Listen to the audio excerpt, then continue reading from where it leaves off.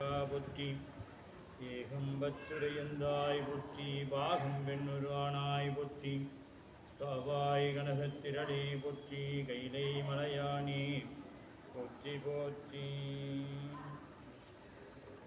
அரசனே அன்பக்கடியேனுடைய அப்பனே ஆவியோடு ஆக்கை ஒரே ஒரே கனிய புகுந்து நின்றிருக்க பொய்யிருள் கடிந்த மீச்சுடரே திரைபொறா மன்னும் அமுதத்தின் கடலே திருப்பெரும் துறை உரை சிவனே ஒரே உணர்வு இறந்து நின்ற உணர்வதோர் உணர்வே யான் உன்னை உரைக்குமாறு உணர்த்தேன்.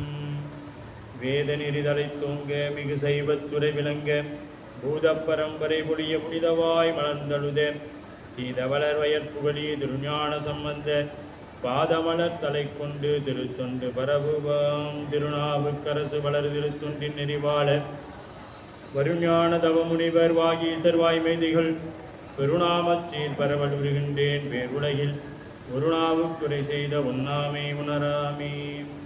நேசம் நிறைந்த உள்ளத்தார் நீளம் நிறைந்த மணிகண்டத்து ஈசன் அடியார் பெருமையினை எல்லா உயிரும் தொலையெடுத்து தேசம் உய்ய திருத்தொண்டர் தொகை முன்பணித்த திருவாளன் வாசமலர் மென்கலல் வணங்க வந்த பிறப்பை வணங்குவாம்.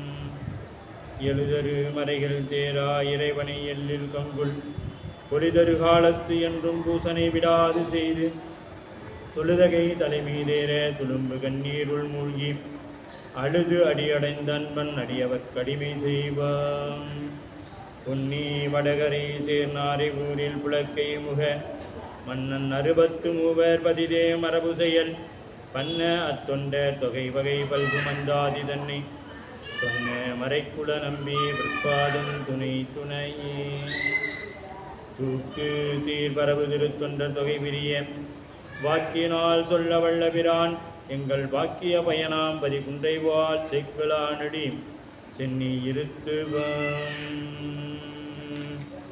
இப்பிறவி ஏழையேன் யான் வாழ்வு பெறவே இணையில்லா பேருரை இழத்தந்தே செப்பரிய திருத்தொண்டின் சீர்மையெல்லாம் விளக்கி சிறியேனை தெற்றிதன் சிந்தைமயக் கருத்தீர் ஒப்பரிய நாயன்மார் உணர்வறிய தொண்டை ஓதுதற்கும் உரைப்பதற்கும் உள்ளொளியாய் நின்றே சுப்பிரமணிய தேசிகப் பெரியோய் உங்கள் துணைப்பாத மலரடிக்கே தொழும்பன் என்றும் அடிமை.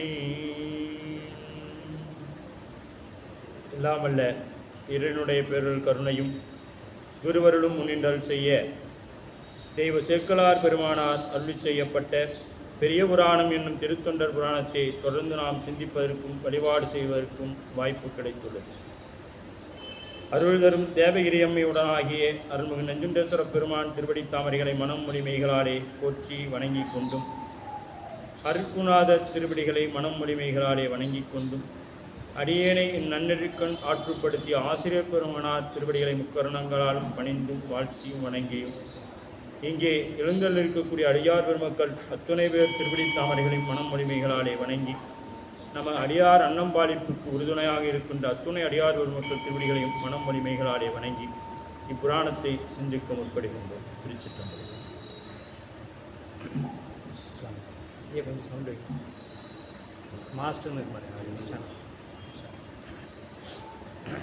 நாம் இதுகாலும் அன்பின் வடிவமாக இருக்கக்கூடிய கண்ணப்ப நாயனார் புராணத்தை பற்றி தொடர்ந்து சிந்திக்கக்கூடிய ஒரு தவம் நமக்கு கிடைத்துள்ளது என்றால் அதற்கு வேறு என்ன சொல்வது என்று தெரியவில்லை. அந்த அளவுக்கு பெருமானுடைய பேரொரு கருணையினால் தொடர்ந்து அன்பின் வடிவமாக இருக்கக்கூடிய நாம் சென்ற வகுப்பில் பார்த்தோம், தொல்காப்பியத்திலே அன்பு என்றால் அதற்கு வடிவம் கிடையாது, அது பண்பு பெயர் என்று சொல்லப்பட்டிருக்கும். அப்படிப்பட்ட பண்பு பெயராக விளங்கக்கூடிய அன்பிற்கு ஒரு வடிவம் நம் தெய்வ சேக்கிழார் பெருமானால் கொடுக்கப்பட்டது என்றால் அது நம் கண்ணப்ப நாயனார் தான். அப்படி அன்பே வடிவமாக இருக்கக்கூடிய அவர் என்ன சொல்றார், அவனுடைய வடிவெல்லாம் நம் பக்கம் அன்பென்றும் அவனுடைய அறிவெல்லாம் நமக்கு நமையறியும் அறிவென்றும் அவனுடைய செயலெல்லாம் நமக்கு இனியவாம் என்றும் அவனுடைய நிலையை இவ்வாறு நீ அறி என்று அருள் செய்தார்.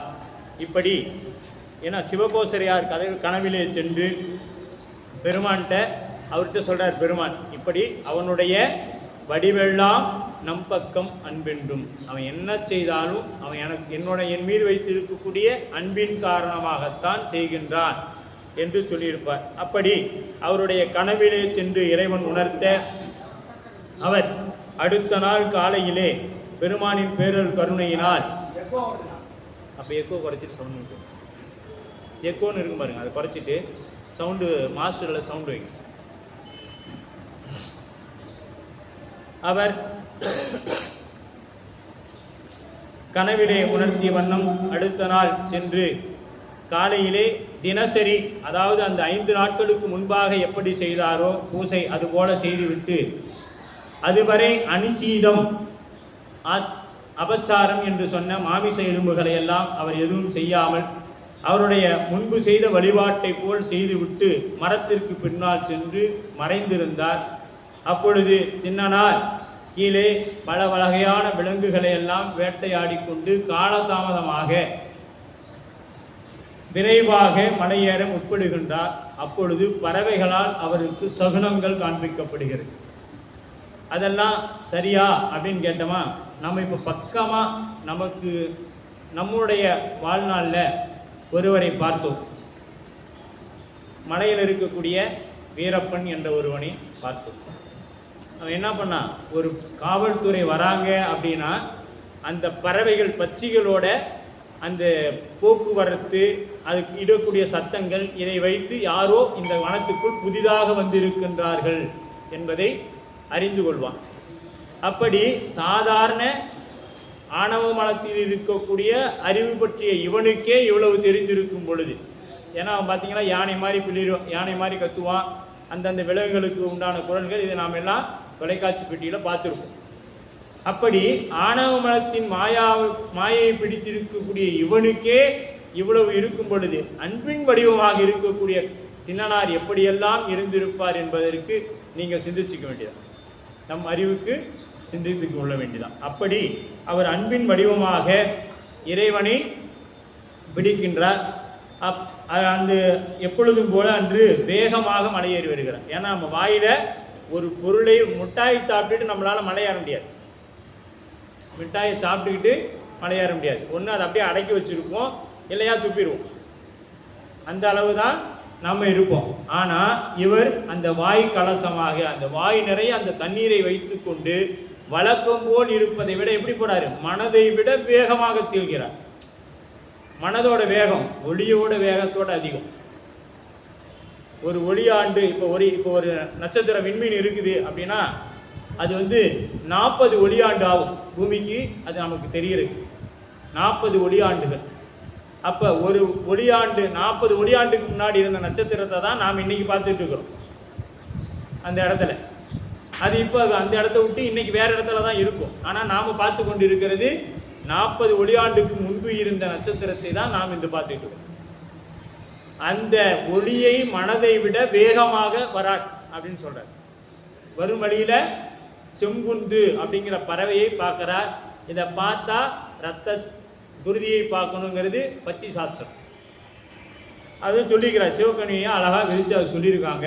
அந்த செம்புந்துங்கிற பறவையை பார்த்துட்டாரு. நாமளா இருந்தா இன்னைக்கு போனா நமக்கு இந்த காரியம் நடக்காது என்று நினைத்திருப்போம். ஆனா அவருடைய செயலெல்லாம் நமக்கு இனியவாம் என்றும் சிவகோசரி கண்ணோடு போய் சொன்னார். இல்லை, தின்னனார் பண்ணக்கூடிய செயலெல்லாம் எனக்கு இனியவாம் என்றும். அதுக்கு நாம் என்ன சொன்னோம், தந்தையிடம் மகன் குழந்தையாக இருக்கும் பொழுது நெஞ்சில் எட்டி உதைச்சா தன் சந்தோஷப்படுவார். இவர் 20 வயசானவன்னு எட்டி உதைச்சா கோச்சிட்டு போயிடுவார் இல்லையா? ஆனால் இவர் என்ன பண்ணார், தன்னுடைய செருப்பு காலை தூக்கி பெருமான் திருவேணி மேலே வைக்கிறார். அப்போ அவர் பண்ணக்கூடிய அத்தனை செயல்களும் அவருக்கு இனியமாக இருந்துச்சு. ஏன் இனிமையாக இருந்துச்சு? அப்போ கண்ணப்பர் வச்சாரு. நாம் தான் எல்லாருமே சொல்கிறோமே, கண்ணப்பர் சாப்பிடலையா அதனால என்ன சாப்பிட்டு வா, கண்ணப்பர் பண்ணலையா. ஆனால் கண்ணப்பர் எப்படி இருந்தார், 6 நாள் அவர் எதையும் சாப்பிடலை, 6 நாள் தூங்கலை. அவருடைய சிந்தனை வேற எங்கும் போகலை. யார் பணம் தரணும், நமக்கு யார் தரணும், நாம யாருக்கு தரணுங்கிற சிந்தனைலாம் அவருக்கு வரல. சிந்தனை பூரா குடிமித்தேவர் மேலதான் இருந்தது இல்லையா? அப்படித்தான் அவருடைய வழிபாடு இருந்தது 6 நாட்களும். அது சும்மா எல்லாருக்கும் வாய்க்கிறார். நம்ம ஒரு அரை மணி நேரம் இறைவனை அரை நிமிட நேரமே நினைக்க முடியாது. அரை நிமிட நேரம் நம்மளால் நினைக்க முடியாது. ஆனால் அவர் என்ன பண்ணுறாரு, 6 நாட்களும் இரவு பகலாக குடிமித்தேவரை மட்டுமே நோக்கி கொண்டிருந்தார். வேற எதையும் அவர் சிந்திக்க. அப்படி அந்த அன்பின் வடிவமாக இருந்த அவர் அந்த அன்னைக்கு குருதியை பார்க்க வேண்டுமா, அப்படி யாருக்கு என்ன நடக்க போதோ அப்படின்னு சொல்லி என்ன பண்ணாரு, மிகவும் வேகமாக வரார். வந்து பார்த்த மாத்திரத்தில் என்ன பண்ணாரு, மயக்கம் போட்டு விழுந்துட்டார். மயக்கம் போட்டு ஏன் விழுந்தார், இதுக்கு முன்னாடி அவர் பார்க்காத ரத்தம், எவ்வளவு விலங்குகளை கீழே அந்த பண்டி அப்படி உடைவாளால் சுற்றி பிளந்து 2ஆ பிளந்து ரத்தம் வந்திருக்காதா, அத்தனையும் பார்த்தார். அது அப்படியே பார்த்த மாத்திரத்தில் அவருக்கு மயக்கம் வந்துருச்சு. மீண்டும் மயக்கம் தெளிந்து எழுந்தார், போனார், மீண்டும் போறார். அது எல்லாம் பார்த்துட்டு இப்படி யார் செய்திருப்பாங்க, முன்னாடி பாட்டில் நம்ம 73வது பாட்டை செஞ்சுருப்போம். எந்த வேடன், இந்த ஒன்று வேடன் பண்ணியிருக்கணும், இல்லைன்னா மிக ஒரு கொடிய விலங்குகள் வந்து இதை செய்திருக்கணும், பெருமான் மேலே அந்த குருதி வர மாதிரி பண்ணியிருக்கணும் அப்படின்னு சொல்லிட்டு என்ன பண்ணுறாங்க, நேராக அவர் வராரு, சுவாமியை பார்க்குறாரு. அங்கேருந்து எந்த வேடன் பண்ணியிருப்பான், கால் தடம் எதுவும் இல்லை, போகிறார். அந்த மலையை சுற்றி இறங்கி அங்கே இங்கே அலையிறார், எங்கேயும் யாரும் இல்லை. ஏன்னா யாராவது பண்ணியிருந்தா தானே இருப்பாங்க. ஏன் வந்து பெருமான் வந்து சிவகோசரையரை மறைந்துருன்னு சொன்னார்னா இதுதான் காரணம். ஒரு மரத்துக்கு பின்னாடி போய் மறைந்து இருந்துப்பார் அப்படின்னா அவர் கண்ணில் அப்போ மட்டும் இவர் சிக்கியிருந்தார்னா இவர் தான் இதை செய்தார்னு என்ன பண்ணியிருப்பாரு, கொண்டுருப்பார். இவர் தான் இதை பண்ணிட்டாருன்னு என்ன பண்ணியிருப்பாரு, கொண்டே இருப்பார் சிவகோசரையர். ஏன்னா அந்த அளவுக்கு அவர் மேலே வைத்த அன்பு, யாரோ நம்ம மீது பண்ணிட்டாங்களே அப்படின்னு. அப்போ அதை அப்படியே வந்து தேடினாரு, எங்கேயும் கிடைக்கல. மீண்டும் என்ன பண்ணுறாரு, போறார். வேடனை காணார், தீய விலங்குகள் மருங்கு எங்கும் நாடியும் காணார். மீண்டும் நாயனார் தம்பால் வந்து நீடிய சோகத்தோடு நினைமலர் பாதம் பற்றி மாடுரா கட்டி கொண்டு கதறினார் கண்ணீர்வார். இப்போ இதுக்கு முன்னாடி என்ன பண்ணாரு, பெருமான் அப்படியே உடும்பு மாதிரி பிடித்தார். உடும்பு மாதிரி சுவாமியை போய் பிடித்துக்கிட்டார். உடும்பு மாதிரி போய் பிடிச்சிட்டு கட்டி அலறார். சுவாமி இப்படி ஆயிடுச்சு அப்படின்னு திண்ணனார் என்ன பண்ணுறாருங்க, அலறார். உடும்பு போல இதை நாம் எங்கே சிந்திச்சோம் அப்படின்னா, திருப்பெருந்துறை போனால் எல்லாரும் பார்க்கணும். மேலே வந்து பார்த்தோன்னா குரங்கு இருக்கும், இந்த பக்கம் பார்த்தீங்கன்னா உடும்பு இருக்கும். கீழே முன்னாடி அந்த குடையில் அந்த வளைவு மாதிரி இருக்கும், அந்த மேலே குரங்கும் கீழே உடும்பும் இருக்கும். அது என்ன அர்த்தம்னு பார்த்தீங்கன்னா, நம்ம மனம் ஒரு குரங்கு, ஒன்றை விட்டு ஒன்றை பற்றும். ஒன்றை பிடிச்சிட்டு இருக்கும், இந்த குரங்கு எப்படி ஒரு கிளையில் தொங்கிட்டு இருக்கும், அதே தொங்கலாம்ல, அதை விட்டு கீழே இருக்கிற கிளையை பிடிக்கும். அதை விட்ட உடனே கீழே இருக்கிற கிளையை பிடிக்கும். அப்படித்தான் நாமளும் பெருமான்ட்ட ஒரு ஆசையோடு வருவோம். அந்த ஆசை முடிவதற்குள் அடுத்த ஆசைக்கு ஒரு விண்ணப்பம் வச்சிருக்கும். அடுத்த ஆசைக்கு ஒரு விண்ணப்பம் வச்சிருக்கும். ஆனால் நம் மனம் எப்படி இருக்கணுமா பெருமானிடத்தில், பெருமான் அப்படியே உடும்பு போல பிடிச்சிக்கணும். எப்படி உடும்பானது சமதளத்தில் இருந்துச்சுனாவே அது இழுத்தோம்னா என்ன ஆகாது, வராது. கயிறை கட்டி அந்த காலத்தில் கல்வர்கள் எல்லாம் பெரிய கோட்டையில் ஏறும் பொழுது உடும்பில் கயிறை கட்டி தூக்கி போட்டுருவாங்களாம். தூக்கி போட்டு அந்த கயிறை பிடிச்சி மேலே ஏறி போயிடுவாங்களாம். அந்த அளவுக்கு உடும்பு பிடித்து கொண்டிருக்கும். அது மாதிரி சுவாமியை பிடித்து கொண்டிருக்கும். நம்ம எப்படி குரங்கு போல ஒன்றை விட்டு ஒன்றை பற்றி நிற்கிறோம். பெருமான்கிட்ட வந்தாவே மனசு இங்கே நிற்க மாட்டேங்குது. பெருமான்கிட்ட வந்தாவே புது வண்டி புது செருப்பு வாங்கி வெளியே விட்டு வந்தேன், தூக்கிட்டு போயிட்டானா 300 ரூபா போச்சு. பெருமான்கிட்ட வந்து 300 ரூபாய் நினச்சிட்டு இருக்கோம் இல்லையா? ஆனால் அதுதான் நம்ம சித்தாந்தத்தில் சொல்லுவோம், கண்ம மலம், நம்ம மூலமலம். நம்ம அதான் சொன்னோம்ல, இருவினை மும்மலம் அப்படின்னு சொன்ன இடத்துல அதை சிந்திக்க வேண்டியது ஒன்று என்னென்னா, பெருமான் நமக்கு முதல்ல பிறவி கொடுக்கும் பொழுது 1000 குற்றங்கள். அந்த 1000 குற்றங்களிலே நமக்கு ஒரு 100 குற்றத்தை கொடுத்து நமக்கு ஒரு பிறவிக்கு தரார். 100 கொடுத்து ஒரு பிறவிக்கு தரார். நாம் என்ன பண்ணுறோம், அந்த 100 கொண்டு வந்து எழுதும் கீழ்கணக்கு இன்னம்பர் ஈசர். அங்கே நாம் இங்கே என்ன செய்கிறோன்னா, நாம் செய்கிறது எல்லாம் சரி. ஏன்னா நம்ம ஒவ்வொருத்தரும் அப்படி தானே இருக்கிறோம். நீங்கள் அப்படி இருக்கிறீங்களா தெரியல, அடியே நான் அப்படி தான் இருக்கிறேன். நான் செய்கிறது மட்டுமே சரி. ஏன்னா ஆணவத்தில் இருக்கிறதுனால அது அப்படி தான் இருக்கும். நான் செய்கிறது தான் சரி, நான் செய்கிறது தான் சரி அப்படின்னு சொல்லி செய்து கொண்டே இருக்கிறோம். அப்போ வினையை கழிக்க வந்தேன்னா என்ன பண்ணிட்டேன்னா, சாமி கொடுத்த 100 முடித்தோடனே சாமி என்ன பண்ணிட்டாரு, நம்மளே கூப்பிட்டுட்டார். போயிட்டோம் சாமிகிட்ட போய் நின்று, சாமி 1000 குற்றங்கள் இருந்துச்சு, நீங்கள் கொடுத்து அனுப்புனீங்க, முடிச்சிட்டேன், 900 தான் இருக்குது, அடுத்து கொடுங்க, இன்னும் ஒரு 10 9 பிறவி முடிச்சுட்டு நான் வந்துடுறேங்கிறேன். சுவாமி அப்படியா, இருப்பா போரு, 900மா, நீ இப்போ போனில 100 கழிக்கிறதுக்கு, 100 கழிச்சிட்ட, 200 பெருக்கிட்டு வந்திருக்கிறேன், 200 கூட்டிகிட்டு வந்திருக்கிறேன். அப்போ 900 கூட்டல் ஒரு 200 1100 ஆயிடுச்சுப்பா அப்படிங்கிறார். அப்போ அடுத்தது பிறவிக்கு ஒரு 200 கொடுத்து அனுப்புகிறாரு, நம்ம 400 கொண்டுட்டு போகிறோம் இல்லையா? அப்போ இன்னொரு 200 கூட்டிங்க.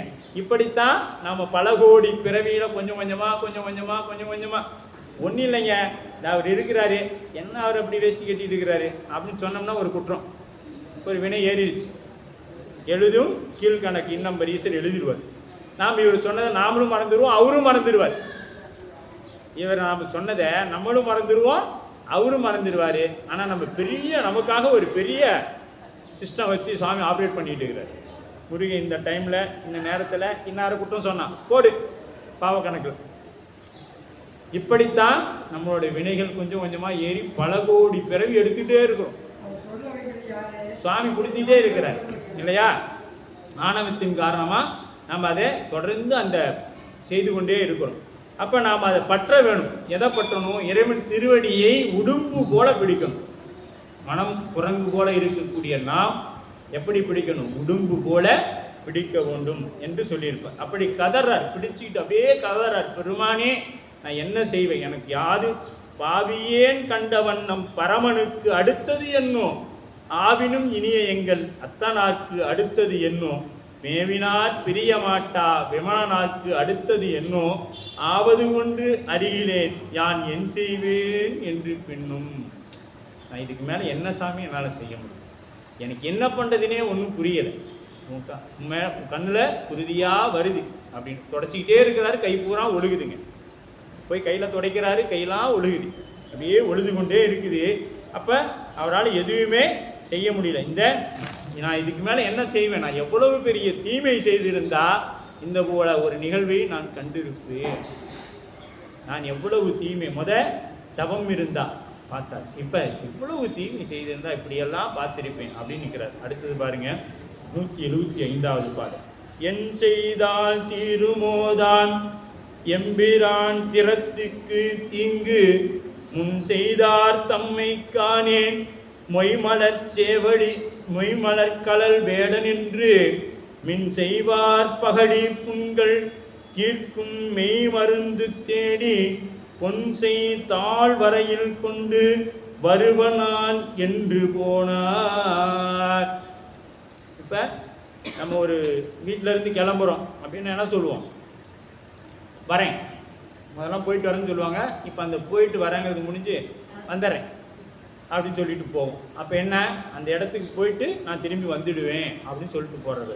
போகும்பொழுது நான் போகிறேன் அப்படின்னா என்ன சொல்லுவாங்க வீட்டில் இருக்கிறவங்க, நான் போகும்பொழுதே போகிறேன்னு சொல்லிட்டு போகிறேன், அவசரமாக சொல்லிட்டு போகிறேன், வரேன்னு சொல்லு அப்படின்னு சொல்லுவாங்க. அப்போ இவர் என்ன சார், என் வருவன் நான் என்று போனான். என்ன பண்ணுறாரு, என் செய்தால் தீருமோதான் எம்பிரான் திறத்து தீங்கு, தீங்கு செய்தாரை தண்டித்தல் அத்தீங்கினின் விளைய துன்பத்தை ஓரளவுக்கு மனசுக்கு நிம்மதியாக இருக்கும். ஒரு தீங்கு செய்தாட்டுதானா அவனை நாம் என்ன பண்ணுறோம், திருப்பி அடிச்சிட்டோம்னா நம்ம மனசு அப்போதைக்கு ஒரு சந்தோஷப்படும். அந்த மாதிரி இவர் அப்படி நினைக்கிறார். என் செய்தால் தீருமோதான் எம்பிரான் திறத்துக்கு தீங்கு செய்தார் முன் செய்தார் தம்மை காணி. இதுக்கு அவங்களையும் போய் பார்த்தேன், காணலை. அவங்கள இருந்தால் என்ன பண்ணியிருப்பார், சிக்கியிருந்தா அவங்கள அந்த பன்றி மாதிரி 2ஆ பிளந்து போட்டிருப்பார். அவங்களும் யாரும் கிடைக்கல. மொய்கடல் வேடன் என்று மின்செயல் பகடி புண்கள் தீர்க்கும் மெய் மருந்து தேடி. அப்போ புண்கள் மெய் மருந்து அப்படிங்கிறார், உயிரை சார்ந்த பவநோய் தீர்க்கும் மருந்து. சும்மா சாதாரண மருந்து இல்லை, உயிரின் பிறவி பவநோயை தீர்க்கக்கூடிய மருந்து. மின்சை பகடி புண்கள் தீர்க்கும் மெய் மருந்து.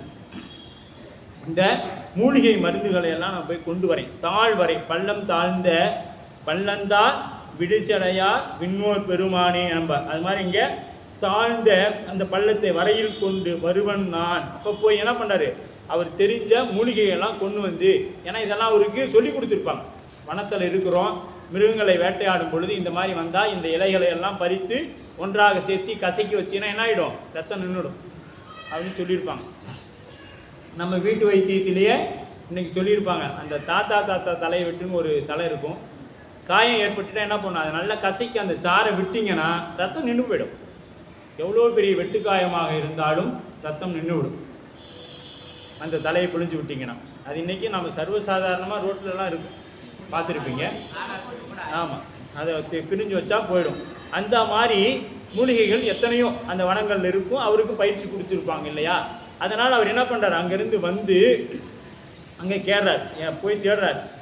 நினைத்தனர் வேறு வேறு நெருங்கிய வனங்கள் எங்கும் இனத்திடை பிரிந்த செங்கன் ஏறு என வெறுக்கொண்டு எய்தி உணர்ந்து இடைபறித்து கொண்டு பூதநாயகன்பால் வைத்த மனத்தினும் கடிது வந்து அம்மருந்துகள் பிழிந்து பார்த்தார்.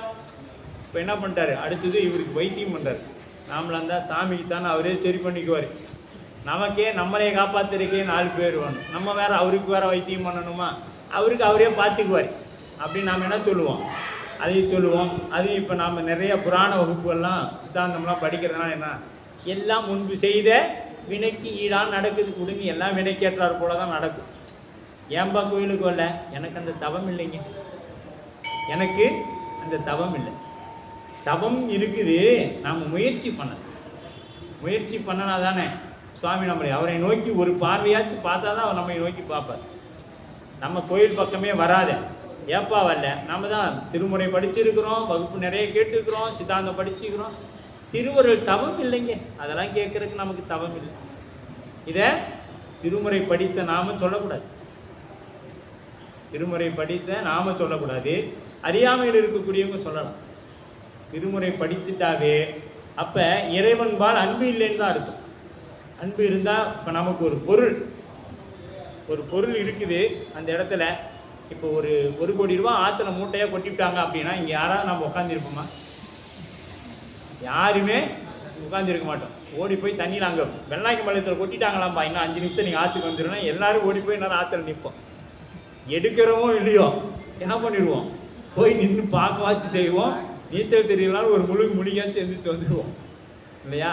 அப்போ அது மேலே இருக்கக்கூடிய பற்று, அந்த பற்றின் காரணமாகத்தான் ஓடும். அப்போ இறைவன்பா நமக்கு பற்று இல்லை, முருகன் தானே, சாமி தானே, நாளைக்கு வந்து பார்த்துக்கலாம், இவன் அடுத்த வாரம் சொல்லுவான், அப்போ கேட்டுக்கலாம், ஒன்றும் அவசரம் இல்லை. ஆனால் பணம் போயிடுச்சுன்னா தண்ணி அடிச்சுக்கிட்டு கிடைக்குமா, முடியாது இல்லையா. அப்போ அதன் மீது இருக்கக்கூடிய பற்று அங்கே ஓட செய்யுது. அப்போ பெருமான் மீது நமக்கு பற்று இருந்தால் என்ன பண்ணுவார், காலையில் வரலாம், மத்தியானம் வரலாம், மாலையில் காலத்துக்கு 3 காலம் வரலாம். 3 காலம் நம்ம கோயிலில் பூசை நடக்குது, 3 காலமும் ஒடியாந்து பெருமானை பார்க்கலாம், நம்மளால் முடிஞ்சதை கைகறியை செய்யலாம், திருமுறைகள் பாடலாம், எதையாவது ஒன்று செய்யலாம் இல்லையா. அந்த பற்று நம்ம இடத்துல வேண்டும். நம்ம இந்த பற்றை விட்டுட்டு மாயை பற்றிய சிந்தனைகள் நமக்கு அதிகமாக இருக்குது. அப்படி நினைத்தனர் வேறு வேறு நெருங்கி அங்கே இருக்கக்கூடிய வனங்கள் எல்லாம், இங்கே இருக்கக்கூடிய வனங்கள் எங்கும் போகிறார். ஏன்னா ஒரு தலை மட்டும் இல்லை, நிறைய மூலிகைகளை பறிக்கிறார், நிறைய மூலிகைகளை எல்லாம் பறிக்கிறாரு. இனத்திடை பிரித்து இப்போ இனத்திடை பிரிந்து சென்ற ஒரு இனத்தை விட்டு பிரிஞ்சு வந்துட்டோம்னா எப்படி இருக்கும். இந்த மாடுலாம் பார்த்தீங்கன்னா ஒன்றாக மேயும், மேய்ஞ்சிட்டுக்குள்ளே அந்த கண்ணுக்குட்டி காணாத போயிடுச்சுன்னா இது கத்தி அதுவும் கத்தி என்ன ஆகும், 2ம் கத்தும். அந்த ஒளி பக்கமாக வர பக்கமாக எங்கேயோ இருக்குதுன்னு போய் சேர்ந்து அம்மாவை காணோன்னு இந்த கன்று கத்தும், கன்றை காணோன்னு தாய் கத்தும். அது மாதிரி இங்கே என்ன பண்ணுறாராம், இனத்திடை பிரிந்த செங்கன் ஏறு என வெறுக்கொன்று எய்தி. என்னன்னா இப்போ எப்படி இருக்கிறாரு, கன்றை பிரிந்து வந்த தாய் போல இருக்கிறார். ஏன்னா நம்ம வகுப்பு சிந்திக்கும் பொழுது என்ன சொன்னோம், இவர் தாயாகவும் பெருமானை குழந்தையாகவும் தான் பாவித்து இந்த புராணம் போனது. அப்போ இப்போ என்ன பண்ணுறாரு, தாயாக இருக்கக்கூடிய இவர் என்ன பண்ணுறாரு, ஸோ நாம் குழந்தைய விட்டுட்டு வந்துட்டோமே அப்படின்னு சொல்லிட்டு வேகமாக, இன்னும் உதாரணத்துக்கு சொன்னால் ஒரு குழந்தை யாருமே இல்லை நம்ம வீட்டில், அந்த குழந்தையை விட்டுட்டு அந்த குழந்தைக்கு சளிக்காக மருந்து வாங்க போயிருக்கிறோம் மெடிக்கலுக்கு. அப்போ நமக்கு எவ்வளவு தெரிஞ்சவங்க வந்தாலும் அவங்ககிட்ட எடுத்து நம்ம பேசிகிட்டு இருப்போமா, என்ன பண்ணுவோம், வேக வேகமாக என் குழந்தை தனியாக ஒண்டி வீட்டில் இருக்குதே, அதுக்கு ஏதாச்சும் ஆயிடுச்சுன்னா ஏற்கனவே அதுக்கு மூக்கு சளியெல்லாம் அடிச்சுக்கிட்டு இருக்குது அப்படின்னு சொல்லி என்ன பண்ணுவோம், வேக வேகமாக அந்த தாய் ஒடியாருவா. அதுபோல் நம்ம தின்னனார் ஒடியாராரு. அதுபோல் நம்ம தின்னனார் அந்த வனத்தில் எல்லா மூலிகைகளும் போனார். அந்த ஏன்னா தெரியும் அவருக்கு எந்தெந்த மலையில் என்னென்ன மூலிகைகள்லாம் இருக்குதுன்னு அவருக்கு தெரியும். வனத்தில் அதெல்லாம் பறித்து கொண்டு அந்த தாய் எப்படி தன் குழந்தைக்கு ஒரு மருத்துவம் செய்வதற்காக ஓடுவாளோ அதுபோல தின்னனார் அங்கிருந்து வேக வேகமாக அந்த மலை மீது ஏறுகிறார். எவ்வளவு அன்பு இருந்திருக்கும் பாருங்க. யாருக்காவது அது வருமா? திருமூலர் சொல்லுவார், கல்லை கண்டா நாயை காணும், நாயை கண்டா கல்லை காணும். அப்போ அவர் அங்கே பார்த்ததையெல்லாம் பெருமானாக பார்த்துக்கிறாரு. நாம் பார்க்குறதையெல்லாம் திருமேனியாகத்தான் பார்க்குறோம். சாமி எழுந்தருளக்கூடிய இடமாகத்தான் நாம் பார்க்கிறோமே ஒழிய நாம் அதை பெருமானாக பார்க்கவில்லை. பார்த்துருந்தா உள்ளார நம்ம சத்தம் போட மாட்டோம். முதல்ல ஆலயத்துக்குள்ளே வந்து அங்கே போகாதே, இங்கே போகாதே, இதை செய்யாதேன்னு சத்தமாக சொல்ல மாட்டோம். அது பெருமான் நாம் நினச்சிருந்தோம் அப்படின்னா இங்கே இருக்கிறார். ஏன்னு கேட்டிங்கன்னா, இன்னும் உதாரணம் சொன்னால், ஒரு நல்ல முதலாளி முன்பாக நாம் போய் சத்தம் போட்டு பேசுவோம்னா பேசணும். அது இன்றைக்கெல்லாம் பேசுகிறாங்க. அந்த காலத்தில் ஒரு தந்தை நிறுவனம் நடத்தியிருந்தா கூட அந்த தந்தை இடத்துல போய் மகனாக இருக்கிறவங்க மெதுவாக தான் பேசுவாங்க. பையாவுக்குலாம் தெரியும், ஏன்னா அவங்க அப்பாலாம் அந்த மாதிரி பெரிய நிறுவனம் வைத்து நடத்தினவங்க. அவங்களுக்கெல்லாம் அது தெரியும். போய் 10 பேர் முன்னாடி அந்த மகன் எடுத்தோன்னே அப்பா இதை கொடுங்கன்னு சொல்லி கேட்க மாட்டார். போய் அமைதியாக அப்படியே ரொம்ப அடக்கமாக போய் பக்கத்தில் போய் இது அப்படியா பார்க்கலாம் போ அப்படின்னாங்களும் வந்துடுவாங்க. இன்றைக்கி இருக்கிற பையன் எல்லாம் என் காசை வச்சு நீ எனக்கே செய்ய மாட்டேங்கிறீங்க அப்படின்னு சொல்லி சண்டைக்கு வரும். அந்த பையன் கம்முன்னு இருந்தாலும் அந்த அம்மா கம்முன்னு இருக்காது. எங்கள் வீட்டுக்காரர் தான் எல்லாம் சம்பாரித்து போடுறாரு அப்படின்னு சண்டைக்கு வந்துடுவோம். அப்படித்தான் இன்றைக்கி நம்மளோட நிலை இருக்குது. ஆனால் இறைவன் அங்கே உள்ளே இருக்கிறானா, உள்ளார வந்துட்டால் சத்தம் வரக்கூடாது. எந்த சத்தம், அவரை போற்றி பாடுவதை அன்றி வேறு ஒரு சத்தமும் இருக்கக்கூடாது. ஆனால் நம்ம தான் இன்றைக்கி அதிகமாக சத்தம் போடுறோம். ஆலயத்துக்குள்ளே வந்த உடனே மக்களை விட நாம் வகுப்பு கேட்குற நம்மளும் திருவேடத்தில் இருக்கக்கூடிய நம்மளும் தான் ஆலயத்துக்குள்ளே வந்து அதிகமான சத்தங்களை போடும். மக்களே பார்த்து சலிச்சு போகிற அளவில் ஆயிடுச்சு இல்லையா? அது மாதிரியெல்லாம் வருங்காலங்களில் பெருமான் நமக்கு அந்த ஒரு எண்ணத்தையும் கொடுக்கக்கூடாது, நாம் அந்த நிலைக்கும் போகக்கூடாதுன்னு நினச்சிக்கணும். அப்படி கன்றை பிரிந்த செங்கன் ஏறி என வெறுக்கொண்டு எய்தி புனத்திடை பறித்து கொண்டு அந்த மூலிகையெல்லாம் படித்து கொண்டு பூதநாயகன் பால் வைத்து, பூதநாயகன்னா ஆன்மாக்களுக்கெல்லாம் தலைவன். பூதநாயகன் புற்றிடம் கொண்டவர் ஆதிதேவர் அமர்ந்த பூங்கோயிலில், திருவாரூர் பதிகம். சரிங்களா? அப்படி பூதம்னா நம்ம ஆன்மாக்களுக்கெல்லாம் தலைவனாக இருக்கக்கூடியவன் அப்படின்னு பொருள். அப்படி பூதநாயகன் பால் வைத்த மனத்தின் கடிது வந்து அம்மருந்துகள் பிழிந்து பார்த்தாலே மனதை விட வேகமாக வந்து என்ன பண்ணுறாரு, அந்த மருந்தை பிழிஞ்சு அப்படி விடுறாரு. பிழிஞ்சு அப்படியே அந்த கண்ணில் விடுறாரு. விட்டா அந்த மூலிகைச்சாரும் கீழே வலியுது, கண்ணிலேருந்து குருதியும் அதிகமாக தான் போகுது. இப்படி கண்ணில் அதிகமான ரத்தம் போய்கொண்டே இருக்குது.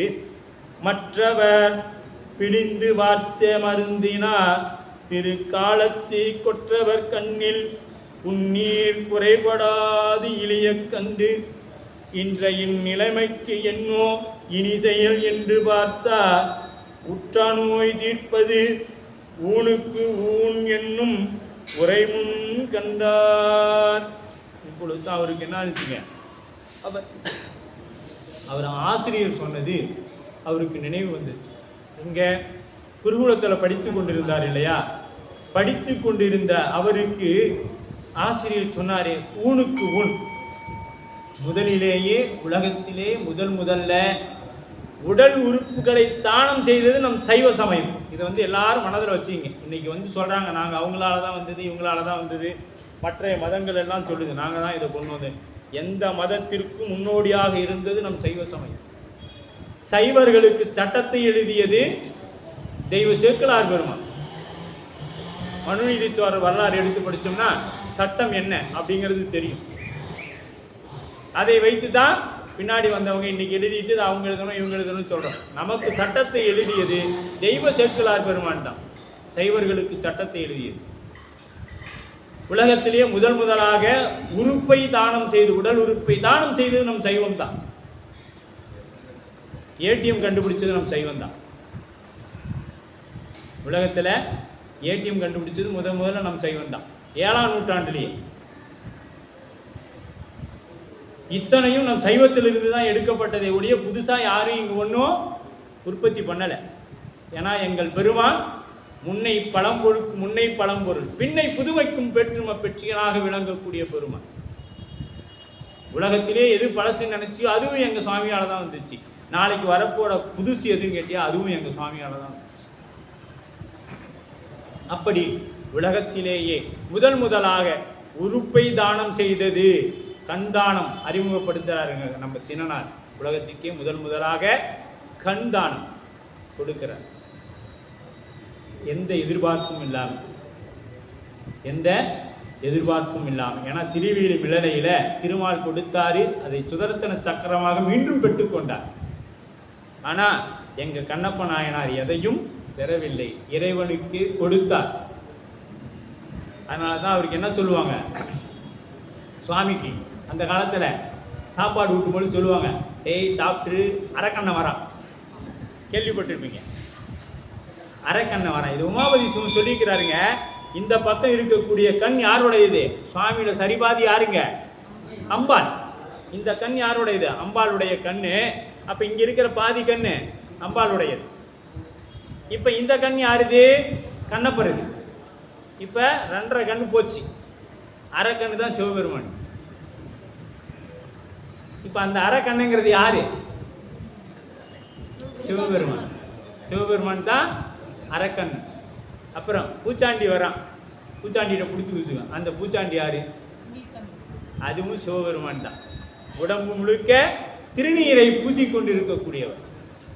பாருங்க, நம்ம விளையாட்டா நம்ம குழந்தைகளுக்கு சொன்னது எல்லாமே நம்ம பெருமானுடைய பெயர். அரைக்கண்ணு எங்கேயாச்சும் இருப்பானா? கேள்விப்பட்டுக்கிறீங்களா? ஆனால் அவர் எவ்வளவு சைவ சித்தாந்தத்தோடு அங்கே ஒடுங்கி போய் அடங்கி இருக்குது. அதில் சரிபாதி அம்பாள்து, இந்த பக்கம் பாதி கண்ணு தான் அவரு, இது பாதி கண்ணப்புறக்கு போயிடுச்சு இல்லையா? அப்படி இங்க என்ன பண்றாரு, மற்ற பிழிந்து வார்த்த மருந்தினார் திருக்காலத்தி கொற்றவர் கண்ணில் புன்குறை தீர்க்கப்படாது இளிய கண்டு. இனிமேட்டு நாம் அப்போ ஆசிரியர் சொன்ன மாதிரி நம்ம கண்ணுக்கு கண் கொடுத்தா மட்டும்தான் இது ஊனுக்கு ஊன், அப்படி கொடுத்தாதான் இது ஒரு முடிவுக்கு வரும். பிரிது வார்த்தார், இப்போ ஒரு முடிவுக்கு வந்துட்டார். இனிமேட்டு ஆச்சு. இப்போ நாம் கண் வேணும்னா என்ன பண்ணுவோம்? போய் முதல்ல பதிவு பண்ணோம். யார்கிட்ட இருக்குதோ அவங்களதில் எடுத்து அப்புறம் பிறகு இத்தனை மணி நேரத்துக்குள்ளே கொண்டு வந்து அதை ஐஸ் பெட்டியிலையோ ஆம்புலன்ஸில் வேக வேகமாக கொண்டு வந்து பொருத்தணும். இங்கே அப்படி இல்லை, எடுத்த மாத்திரத்தில் வச்சிடலாம். உடனே அதே இடத்துல வச்சிடலாம். அந்த அளவுக்கு பக்கமாக இருக்கிறாங்க 2 பேரும். இதற்கு இனி என் கண் அன்பால் இடந்து அன்பில் எந்த யார்கண் அதற்கு இது மருந்தாய் புன்னீர் நிற்கவும் அடுக்கும் என்று மதர்த்து எழும் உள்ளத்தோடும் மகிழ்ந்து முன் இருந்த தங்கன் முதல் சாரம் அடித்து வாங்கி முதல்வர்தம் கண்ணில் அப்ப. அப்படியே முதல்ல பெருமானுடைய அந்த கண்ணை எடுத்துட்டாரு. எடுத்துட்டு இவருடைய கண்ணை எடுத்து வலது கண்ணை எடுத்து அப்புறம் முதல்ல வலக்கண்ணை எடுத்து சுவாமிக்கு அப்பிட்டார். இதுலையும் ஒரு தத்துவம் இருக்குது. இப்போ இந்த நம்ம உடம்புல சரிபாதி எதுங்க இந்த பக்கம் இருக்கிறது? அம்பாளின் சுவாமியோட வடிவம். நம்ம உடம்புல சரிபாதி இறைவனும் இறைவனுமாகத்தான் நம்ம உடம்பு படைக்கப்பட்டிருக்குங்க. அர்த்தநாரீஸ்வரர் வடிவத்தில் தான் நம்ம உடம்பு படைக்கப்பட்டிருக்கும். இந்த பக்கம் வலு அதிகமாக இருக்கும், இடது பக்கம் வலு கம்மியாக இருக்கும். இப்போ இந்த கையும் இப்படி வச்சு பார்த்தீங்கன்னா கூட ஒரு மைக்ரான் அளவாச்சு இந்த கை சின்னதாக இருக்கும், இது பெருசாக தான் இருக்கும். ஏன்னு கேட்டிங்கன்னா நம்மளோட உடல் அமைப்பே அம்மையப்பரின் வடிவத்தில் தான் அமைக்கப்பட்டிருக்கு. இந்த பக்கம் கால் சின்னதாக இருக்கும், இந்த பக்கம் கால் நமக்கு பெருசாக இருக்கும். உடம்புல எல்லா பாகங்களும் அப்படி தான் இருக்கும் இல்லையா? அப்ப உடம்பு சக்தியின் வழியாகத்தான் இயங்குகிறது என்பதை காண்பிப்பதற்காகத்தான் இறைவனுடைய வாழ்வுகள் இடது பக்கமாக சாய்ந்தார் போல இறைவன் படைத்திருக்கிறார். இடதயம் நடுவில் இருந்தாலும் சாய்ந்தது எந்த பக்கம் இருக்கும்? இடது பக்கம்தான் இருக்கும். ஏன்னா இயக்கமானது அன்னையின் வழியாகத்தான் நமக்கு நடைபெற்று கொண்டிருக்கிறது என்பதற்காக அப்படி நடந்து கொண்டிருக்கிறது. சரிங்களா? இப்படி நடக்கும் பொழுது கண் இடந்து அன்பினால் எந்த யார் கண், இப்ப சுவாமியோட திருக்கண்ணை எடுத்து அங்க எந்தை வண்ணம் நான் பிரிந்திருந்தேன் எக்குளத்தும் பிரியேன் அப்படின்னு சொல்லிட்டு என்ன பண்றாரு இவரு? அப்படியே அந்த கண்ணை எடுத்து அப்படியே அப்பறார். கண்ணை எடுத்து வைக்கிறார். நாம யாராவது ஏமாந்துருந்தா பக்கத்தில் இருக்கிறவன்ட புடிங்கி சாமிக்கு வச்சிருக்கோம். இதுதான் நம்மளோட நிலை. நீங்க நிலை, நானே அப்படித்தான் இருக்கேன். சரிங்களா? யார் ஏமாந்துக்கிறாங்களோ புடிங்கி கொடுத்துடலாம், நம்ம ஏன் இதை செய்யணும் அப்படின்னு தான் இருக்கும். இல்லைன்னா ஒரு இன்னைக்கு என்ன பண்ணுவோம், யார்கிட்டையாவது சொல்லி ஏப்பா இந்த மாதிரி ஒன்று தேவை, ஒரு கண்ணு யாராவது இன்னொன்று சொல்லணும், பிளட் குரூப்பு செட் ஆகணும், செட்டாதான் பிளட் குரூப்பு சரியாக இருந்தால் தானே வைக்க முடியும். அப்போ சாமியோடதும் இவரோட ஊனும் ஒட்டி வந்துருக்குது இல்லை, இதெல்லாம் நம்ம சிந்திக்க வேண்டியது. சாமியோட இப்போ ஒரு பொருள் கொடுக்கணும்னா அது கிட்னி உள்பட என்ன ஆகும், அந்த மேட்ச் ஆகும், குரூப் மேட்ச் ஆகும். இப்போ சுவாமியோட குரூப்பும் இவரோட குரூப்பும், அப்போ இவர் எப்படி அன்போ அது போல தான் சாமியும் அன்பு. அவருடைய அன்பும் இவருடைய அன்பும் ஒன்று, அதனால தான் ரெண்டும் மேட்ச் ஆகிடுச்சு. நம்மளுதெல்லாம் வச்சுமா மேட்ச் ஆகாது, நம்மளுதெல்லாம் மேட்ச் ஆகாது, நம்ம முடியே மேட்ச் ஆக மாட்டேங்குது. அதனால தான் என்ன பண்ணுது, நம்ம கொடுக்குற முடி சாமி அப்படியே ஒரு டெண்டர் விட்டு எடுத்துகிட்டு போயிரு, இதனால எனக்கு செட் ஆகாது அப்படின்னு அனுப்பிவிட்டுறாரு இல்லையா? ஆனால் அவருக்கு கண்ணே மேட்ச் ஆகுது, அந்த அளவுக்கு ரிலேஷன்ஷிப் உறவுகள் இருந்திருக்கு. அவர் அன்பினால் அந்த உறவு இருந்திருக்குது. அப்படி இதற்கு இனி என்கண் அப்பன் அதற்கு இடந்து மருந்தாய் புண்ணு நீர்க்கவும் அடுக்கும் என்று மாதற்கு எனும் உள்ளத்தோடு மகிழ்ந்து முன் இருந்து தன்கண் முதல் சாரம் அடித்து வாங்கி முதல்வனார் தன் அப்பிட்டார். இப்போ அப்பனோட என்ன ஆயிடுச்சு, கண்ணில் ரத்தம் குருதி நின்றுடுச்சிங்க. ஆஹா, இப்போ எப்படி இருக்கும் அவருக்கு? இது எப்படின்னா, தான் குழந்தை ஒரு உறுப்புக்காக இயங்கிக் கொண்டிருக்கும் பொழுது அந்த தாய் அந்த குழந்தைக்கு உறுப்பை கொடுத்து அந்த குழந்தை இயங்க ஆரம்பித்து விட்டால் அந்த தாய் எவ்வளவு மனமகிழ்ச்சி அடைவாளோ அதை விட பல மடங்கு ஆனந்தத்தை அனுபவித்தார் எங்கள் கண்ணப்ப நாயனார். அதை விட அதிகமான ஆனந்தத்தையும் சந்தோஷத்தையும் அனுபவித்தார். நின்ற செங்குருதி கண்டார் நிலத்தின் நின்று ஏறப் பாய்ந்தார் குன்று என வளர்ந்த தோள்கள் கொட்டினார் கூத்துமாடி நன்று நான் செய்த இந்த மதி என நகையும் தோன்ற ஒன்றிய கழிப்பினாலே உன்மத்தர் போல் மிக்கார். அங்கே யார் இருக்கிறா? சுவாமி இருக்கிறாங்க, அவர் இருக்கிறார். அவர் சொல்லிக்கிறார் சபாசினா அப்படின்னு அவரே அடிச்சுக்கிறார். நீ பத்தியா சூப்பராக பண்ணிட்டடா அப்படின்னு. இப்போ நாம் ஒரு செயலை செய்யும் பொழுது அதை பாராட்ட யாரும் இல்லை என்றால் நாம் என்ன செய்வோம், நம்மளை நாமே பாராட்டிக் கொள்வோம். என்ன உதாரணத்துக்கு சொல்லணும்னா, கிரிக்கெட் மைதானத்துக்கு தான் போகணும். ஒரு 100 ரன் அடித்த உடனே அவன் அந்த பேட்டை தூக்கி ஓங்கி அடித்து அப்படி தூக்கி தான் அப்படி தூக்கி காமிப்பான். அது மாதிரி தினனார் என்ன பண்ணுறாரு, அவரை தன் தோலை அந்த மலை போல் பாருங்க நின்ற செங்குருதி கண்டார் நிலத்தில் நின்று ஏறப்பாய்ந்தார். அப்படியே எகிரி குதிக்கிறார். அவர் எப்படிப்பட்டவர் பார்த்தவே முன்னாடி அப்படியே மலை போல கரிய மலை போல இருந்தார். தினனார் எப்படி இருந்தாருங்க, கரிய மலை போல இருந்த அவரு குன்று என வாட்ட தோள்கள் கொட்டினார். அப்போ அப்படியே எகிரி குதிச்சுட்டு நான் தோல் அடிச்சுக்கிறேன், சூப்பர் நல்லா பண்ணிட்டேடா. ஏன்னா தட்டி கொடுக்க ஆள் இல்லை, அவரே தான் தட்டிக்கிறோம். நல்லது செஞ்சா இதுதான் தெரிஞ்சுங்க, நல்லது செய்தோம்னா நம்மளை யாரும் தட்டி கொடுக்க மாட்டாங்க, நம்மளே தட்டி கொடுத்து கொண்டு போய்க்கணும். நல்லது செஞ்சா நம்மளை யாரும் தட்டி கொடுப்பாங்கன்னு எதிர்பார்க்க கூடாது. பெருமான் இருக்கிறான், நாம தட்டிக்கிட்டு நம்மளே போய்க்கணும். அப்படித்தான் இப்போ தின்னன இதெல்லாம் நம்ம எடுத்துக்கணும். புராணத்தில் நல்லது செஞ்சு என்னை யாரும் பாராட்டலையே, பாராட்ட மாட்டாங்க, குற்றங்கள் சொல்லத்தான் செய்வாங்க. அந்த குற்றங்களை எல்லாம் நாம் ஏற்றுக்கொண்டு அதை சரி செய்து கொண்டு போகணும். குற்றம் வந்துச்சுன்னா என்ன பண்ணோம், சரி செய்து கொண்டு தான் போகணுமே ஒழிஞ்சு என்னை குற்றம் சொல்லிட்டான்னு அங்கேயே நின்றுட்டு தான் அதோட நம்ம வேலை முடிஞ்சிச்சு. அந்த குற்றங்களோட நம்ம வேலை முடிஞ்சிச்சு. அதெல்லாம் தாண்டி அந்த குற்றத்தை அப்படியே நிறையாக பார்க்கணும். அது அடுத்தது என்ன நல்லது பண்ணலாம் அப்படின்னு சொல்லி சிந்திச்சுட்டே போகணும். அப்போ அதனால் என்ன பண்ணார், எகிரி குதிச்சார், கூத்து மாடினார். அப்படியே ஆட்டம் தாங்க முடியல. ஆஹா அற்புதம், சுவாமிக்கு நின்றுடுச்சே, குருதி நின்றுடுச்சே அப்படின்னு சொல்லி கொட்டி கூத்து மாடி, நன்று நான் செய்த இந்த மடி என நகைத்து கொண்டு அப்படியே சிரிக்கிறாருங்க. ஆனந்தத்தில் சிரிக்கிறார், நகைத்து கொண்டு ஒன்றிய கழிப்பினால் உண்மத்தர் போல் மிக்கார். உண்மத்தர் அப்படின்னா யாருங்க? வானவர்களுக்கு மேலானவன் அப்படின்னு. உண்மத்தன், மத்தானாக்கி சாமி சொல்லுவாங்க இல்லையா, உண்மத்தன் மத்தானாக்கி அப்படிம்பார். அப்ப என்னாச்சு, நாயகன் பிரிந்த சோகத்தால் நாயகிக்கு உடல் மெலிந்து போவதை போல.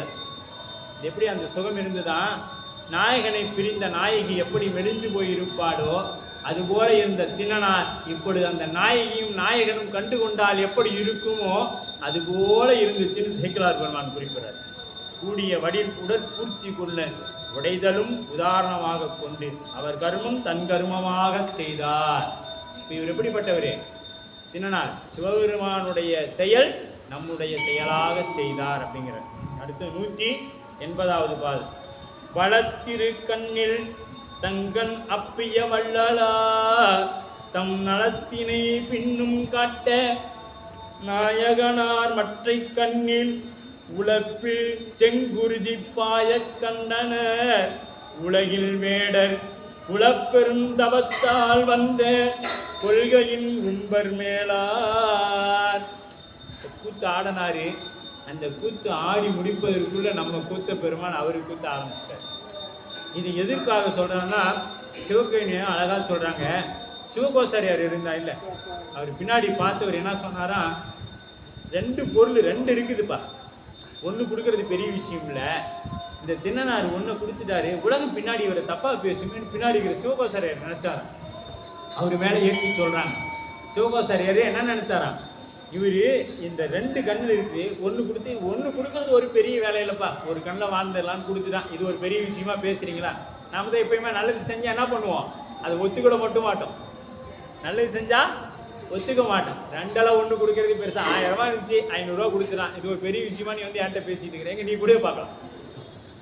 கொடுக்க மாட்டோம், கொடுக்க மாட்டோம். அப்போ 2 ஒன்று கொடுத்து ஒத்துக்காதான் உலகம். அதனால என்ன பண்ணாரா, சிவகோசன் இன்னொரு கண்ணு கொடுத்தாருன்னா பரவாயில்லன்னு அவரு நினைச்சுக்கிட்டு சேக்கிழார் சொல்றார். அப்ப வளவிருந்த கண்ணில் தன் கண் அப்பிய வள்ளலார், இந்த பேர் யாருக்குரியது? நம்ம பெருமானுக்குரியது. வள்ளல் அப்படிங்கிற பேரு எதையும் எதிர்பார்க்காமல் செய்யக்கூடிய செயல். அப்படி அந்த வள்ளலார் தம் நலத்தினை பின்னும் காட்ட நாயனார் மற்றை கண்ணில், இப்ப அப்படி நலத்தினை பின்னும் காட்ட உழப்பில் செங்குருதி பாய கண்டார் உலகின் வேடர். இப்ப உலகின் வேடர் இப்ப யாரு? இவர் உலகத்துக்கெல்லாம் வழிகாட்டியாக இருக்கக்கூடிய வேடர். அதனால தான் உலகின் வேடர். நமக்கெல்லாம் வழிகாட்டியாக, குருநாதராக, நமக்கெல்லாம் இந்த உலகத்தில் பெருமான் மீது அன்பு எப்படி செலுத்த வேண்டும் என்பதற்கு காண்பதற்காக வந்த குலப்பெரும் தவத்தால் வந்த, எது? வேடர் குலத்தின் தவத்தால் வந்த கொள்கையின் உம்பர் நாயகன், உம்பர் மேலார் இல்லையா?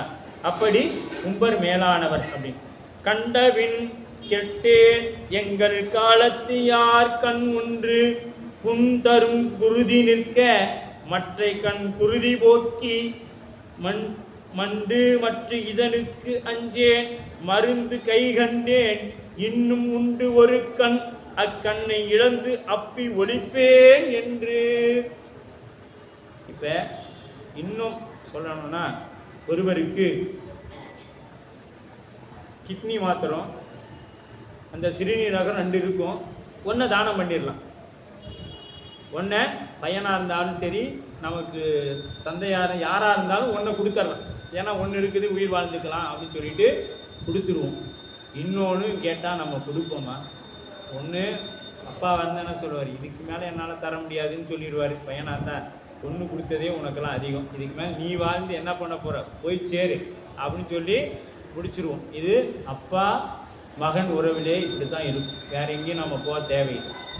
ஆனால் இவர் என்ன பண்ணுறாரு, ஆஹா பரவாயில்ல, எனக்கு ஒரு பிரச்சனையும் கிடையாது. இதுக்கு முன்னாடி போய் மூலிகையை பறிக்கணும், மருந்து இல்லாமல் அலையணும். இப்போ கை கண்ட மருந்து இருக்குது. என்ன, இன்னொரு கண்ணு இருக்கு, இன்னொரு கண்ணு இருக்குது.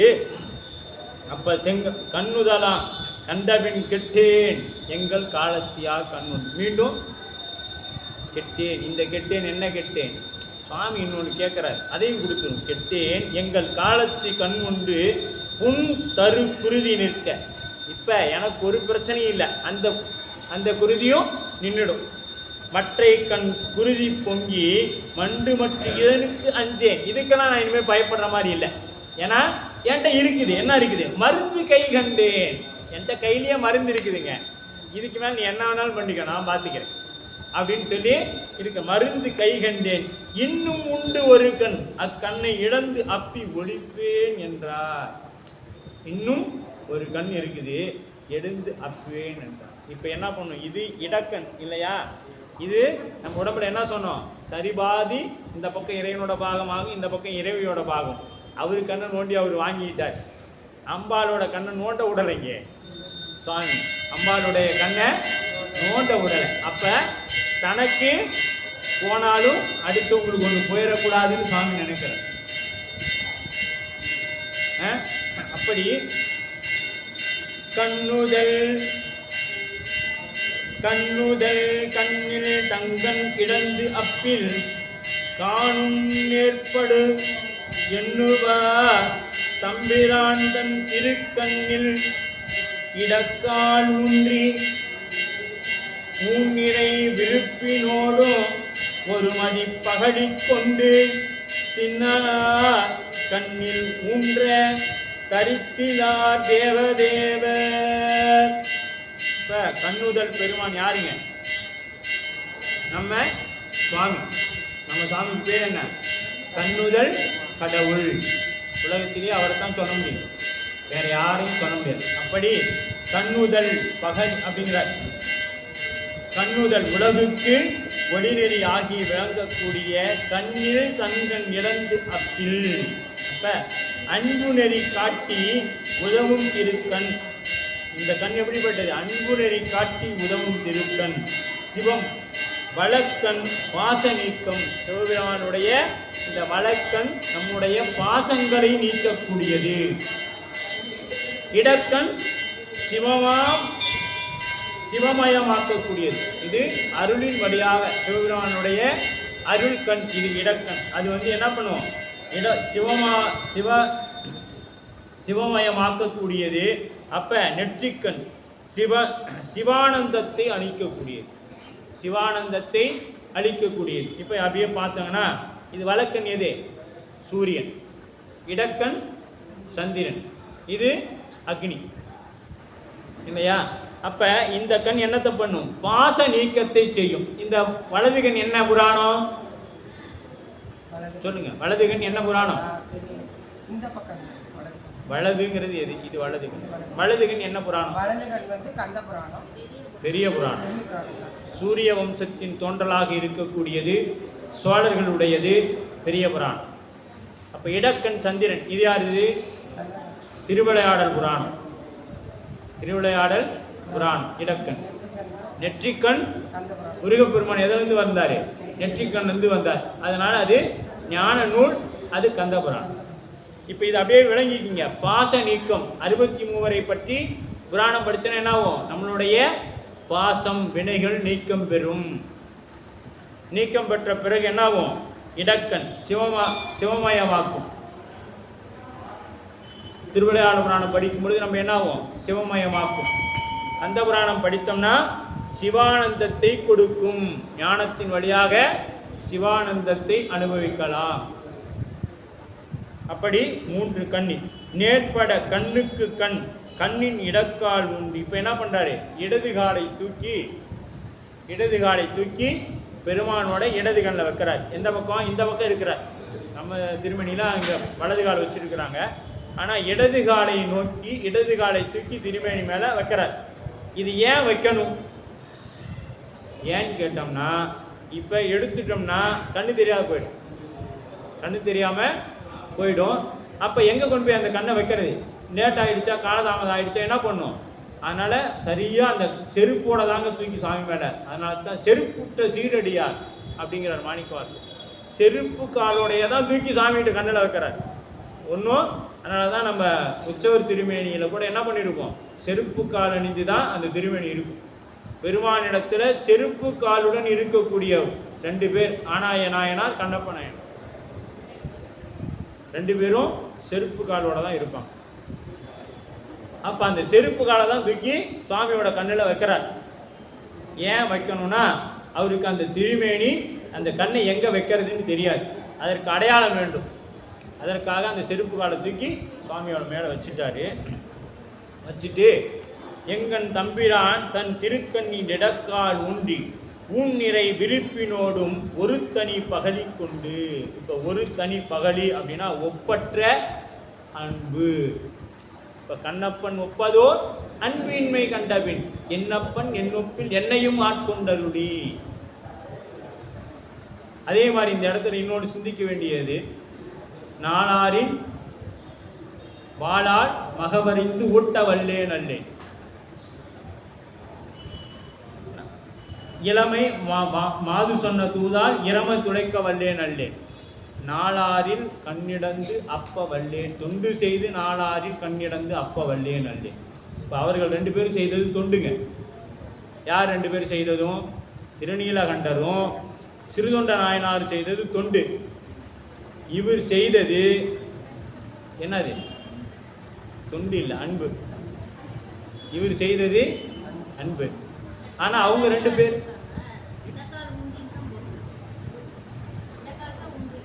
இல்லைங்கம்மா, இடக்கால் தான் சாமியோட வச்சு பாருங்க. இடக்கால் எனக்கு வரையும். இப்போ இடக்கால் ஊண்டி, இடக்கால் ஊண்டி, இடக்காலை ஊண்டி வலது பக்கம் தூக்கி வைக்கிறாங்க.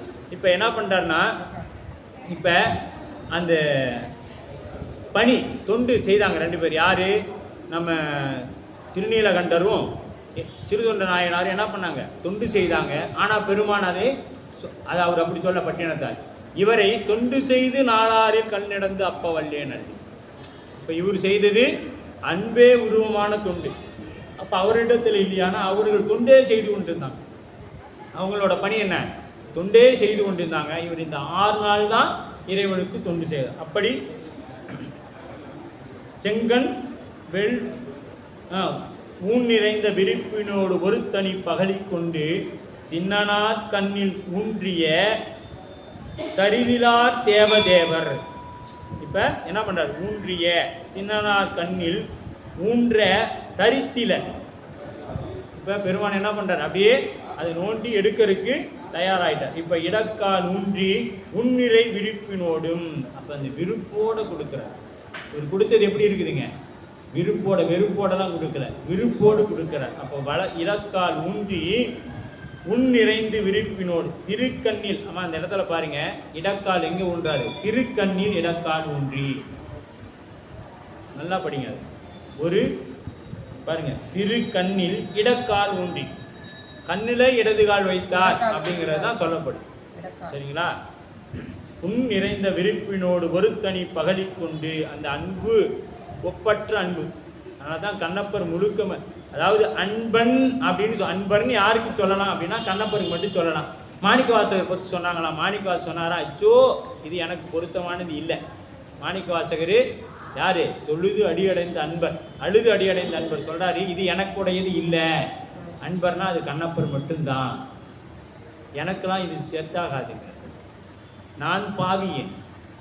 மாணிக்கவாசகர் சொல்கிறார், நான் பாவியேன், அவர் அன்பு, கண்ணப்பன் ஒப்பதோர் அன்பு. அந்த பகலிங்கிறது அதுதான் அன்பு. ஏன்னா அவருக்கு நிகரான அன்பு நம்மால் செலுத்தும். அதனால் அன்பன் அப்படின்னு சொன்னீங்கன்னாவே கண்ணப்பர் தான். நாம் சொல்லிக்கிறோம், நம்ம அன்பர்கள், நம்ம எல்லாம் வம்பர்கள், ஆவை தூக்கிட்டு என்ன போட்டுக்கணும், பாவை போட்டுக்கணும். நம்மளாம் வம்பர்கள், அன்பர்கள் இல்லை.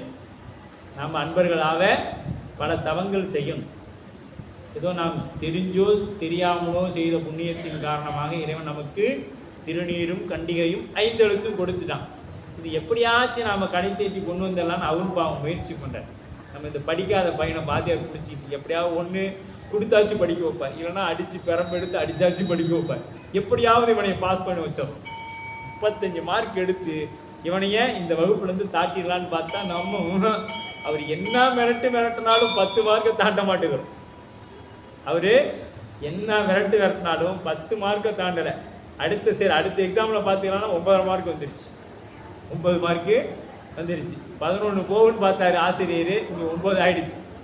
இப்படித்தான் நம்மளோட வினைகள் நமக்கு இருக்குது, நம்மளோட அன்பும் அப்படித்தான் இருக்குது இல்லையா? அதனால கண்ணப்பர் மாணிக்கவாசர் சொல்றாரு, பகலி அவருடைய அன்பு மாதிரி என்கிட்ட இல்லைப்பா, என்னைய போய் நீங்கள் அன்புன்னு சொல்லிவிடாதீங்க, அது பெரிய குற்றமாயிடும். ஏன்னா கண்ணப்பன் மாதிரி அன்பு என்கிட்ட இல்லை, என்னைய போய் நீங்கள் அன்பு இருக்கிறவன்னு எது நினச்சிக்காதீங்க, என்கிட்டலாம் அந்த அன்பு இல்லைன்னு யார் மாணிக்கவாசக பெருந்தகை சொல்கிறார். அப்படி கங்கணர் அமுதவா தின்னனார் கண்ணில் உன்ற தரித்திலார் தேவதேவர்.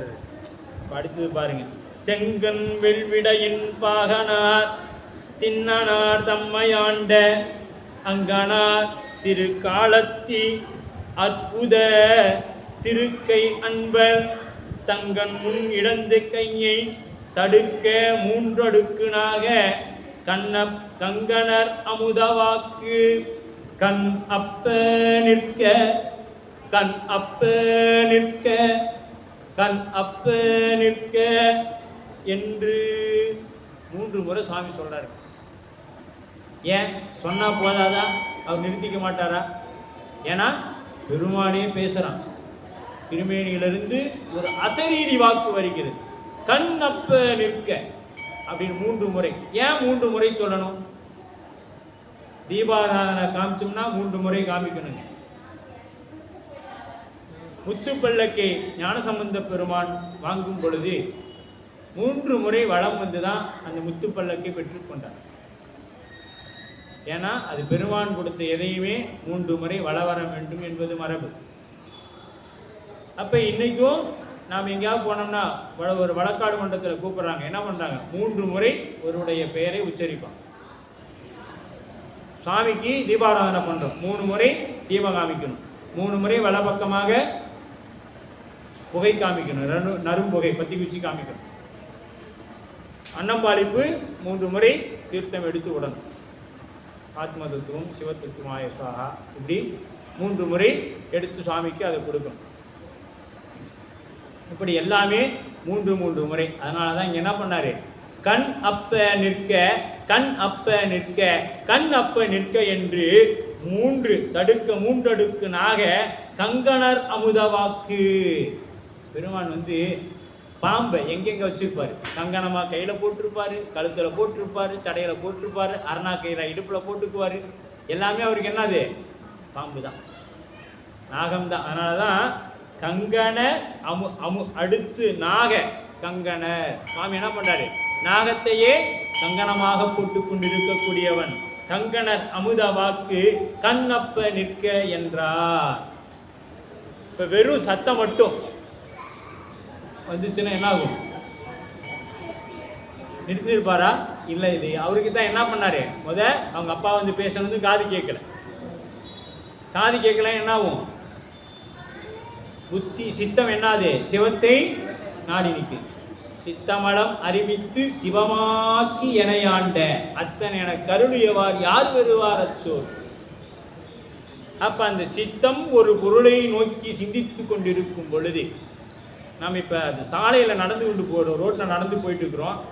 நமக்கு இப்போ ஐயா மாதிரி ஒருத்தர் முன்னாடி வராங்க, நான் பாட்டுக்கு அந்த அன்னைக்கு வேற ஒரு சிந்தனை, எனக்கு சிந்தனை எங்கே இருக்குது? வேற பக்கம் இருக்குது. ஆனால் கண்ணு அவரை பார்க்குது. சிவாயை நம்ம சொல்லலை, கடந்து போயிட்டோம். ஒரு கொஞ்சம் தூரம் போன பின்னாடி ஐயாவை பார்த்தோம், கும்பிடாம வந்துட்டோமே அப்படின்னு சொல்கிறோம். உடனே அடுத்த நாள் பார்க்குறாரு, ஐயா நல்லா தான் இருந்தான் முருகன், கொஞ்ச நாளாக இப்படி ஆகிட்டான்ப்பா. கொஞ்சம் வகுப்பு எடுக்க ஆரம்பித்தா நம்மளையெல்லாம் மதிக்கிறதே இல்லை. நம்ம பாட்டுக்கு போயிட்டே இருக்கிறான், ஒரு கும்பிடு போடாமல் கூட. நம்ம பார்த்து கும்பிட்டா கூட அவரெல்லாம் இப்போலாம் நம்மளை மதிக்கிறதே இல்லை அப்படின்னு எண்ணிக்குவார். ஆனால் என்னுடைய சிந்தனை என்ன ஆயிடுச்சுங்க? வேற எதையோ நினைத்து கொண்டு அப்படியே போயிடுச்சு. போயிட்டு கடந்து போன பிறகு ஐயா எப்போ புத்தி வேலை செய்யுதுங்க? அவர் கடந்து போன பிறகு தான் புத்தி வேலை செய்யுது. அப்போ இந்த இடத்துல என்ன ஆயிடுச்சு? அவரை பார்த்தோம், அவர்கிட்ட பேசல.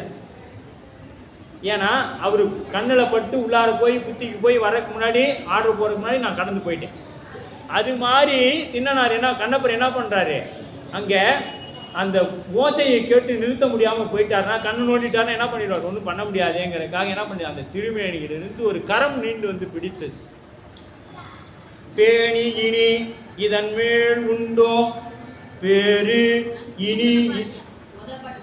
அதுக்கு முன்னாடி காணவர் பெருமானார் தங்கம் இடந்து அப்பும் பொழுது ஊன் அமுது உகந்த ஐய உற்று முன் பிடிக்கும் போலும் ஞானமா முனிவர் கண்டார் நான்முகன் முதலாய் உள்ள வானவர் வளர்ப்பூமாறி பொழிந்தனர் மறைகள் ஆற்ப.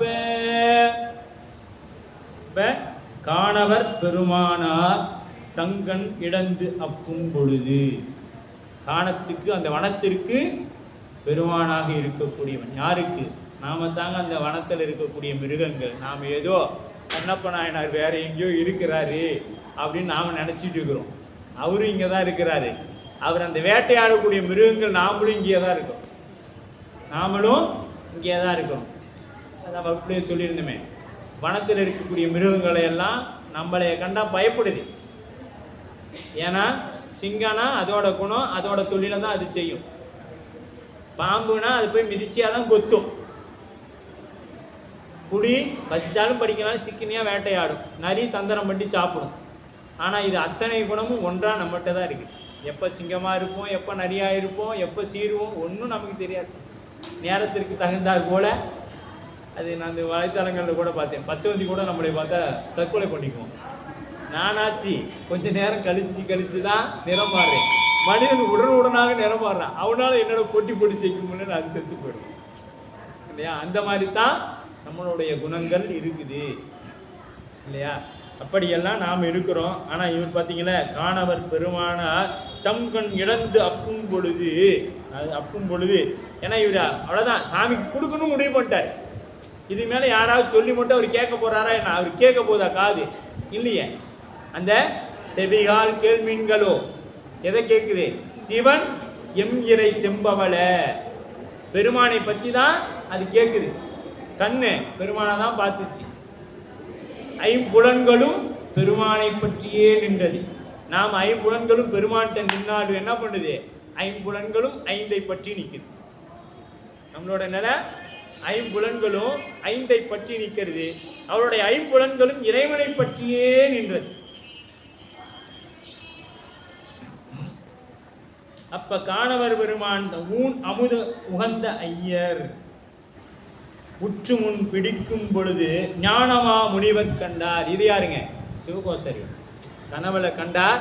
இப்ப இங்க பார்க்கிறார். அந்த திருமேனியிலிருந்து கையை வந்த பெருமானுடைய திருக்கரங்களை பார்க்கக்கூடிய பாக்கியம் நம்ம இவ்வளவு காலம் பூசை செய்தார். அதன் பலன் யாருக்கு? சிவகோசரி. இத்தனை காலம் அந்த மலையில அவ்வளோ பெரிய மலையில் ஏறி இறைவனுக்கு பணி செய்து வந்தார் இல்லை, அதோடைய தவ பயன் திண்ணனாருக்கு அருள் செய்யும் பொழுது இவர் பார்த்தது. அதுக்கே தவம் வேணுங்க.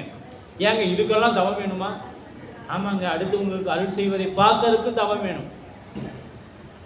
ஏன்னா எங்க காளிப்பிள்ளை ஞானசம்பந்த பெருமான் இறைவனிடத்துல அம்பாள் இடத்துல ஞானப்பால் குடிக்கிறாங்க. சிவபாத இறுதியர் வந்தார், போட்டு அடித்தார் பெரம்புல. யாருடைய எச்சில் பாலை உண்டார் இல்லையே, தோடுடைய செவியன் பார்த்தார், தெரிஞ்சார். இவருக்கு தெரியலையே, சிவபாத இறுதியருக்கு தெரியல. ஏன்னா தவம் இல்லை. திருஞான சம்பந்த பெருமானை ஈண்டெடுக்கும் தவம்தான் அவருக்கு இருந்ததே ஒழிய பெருமானை பார்க்கக்கூடிய தவம் அவருக்கு இல்லை. அதனால பெருமான் காட்சி கிடைக்கல. ஆனா இங்க சிவகோசாரியாருக்கு என்ன பண்ணுதுங்க? அத்தனை காலமா காலத்தியப்பருக்கு பூசை பண்ண பலன் அவருடைய திருக்கரத்தை பார்க்கக்கூடிய ஒரு அற்புதமான தவம் அவருக்கு இருந்தது. மாமுனிவர் கண்டார் நான்முகன் முதலாய் உள்ள வானவர் வளர்ப்பூமாறி. நான்முகன் இந்திரன், பூமிசை மாவால் அகலத்து மான்முதல் தேவர் ஓவாதெவரும் நிறைந்து உறைந்து உள்ளது தேவாசிரியரின் திருக்காவணம். அது எங்க?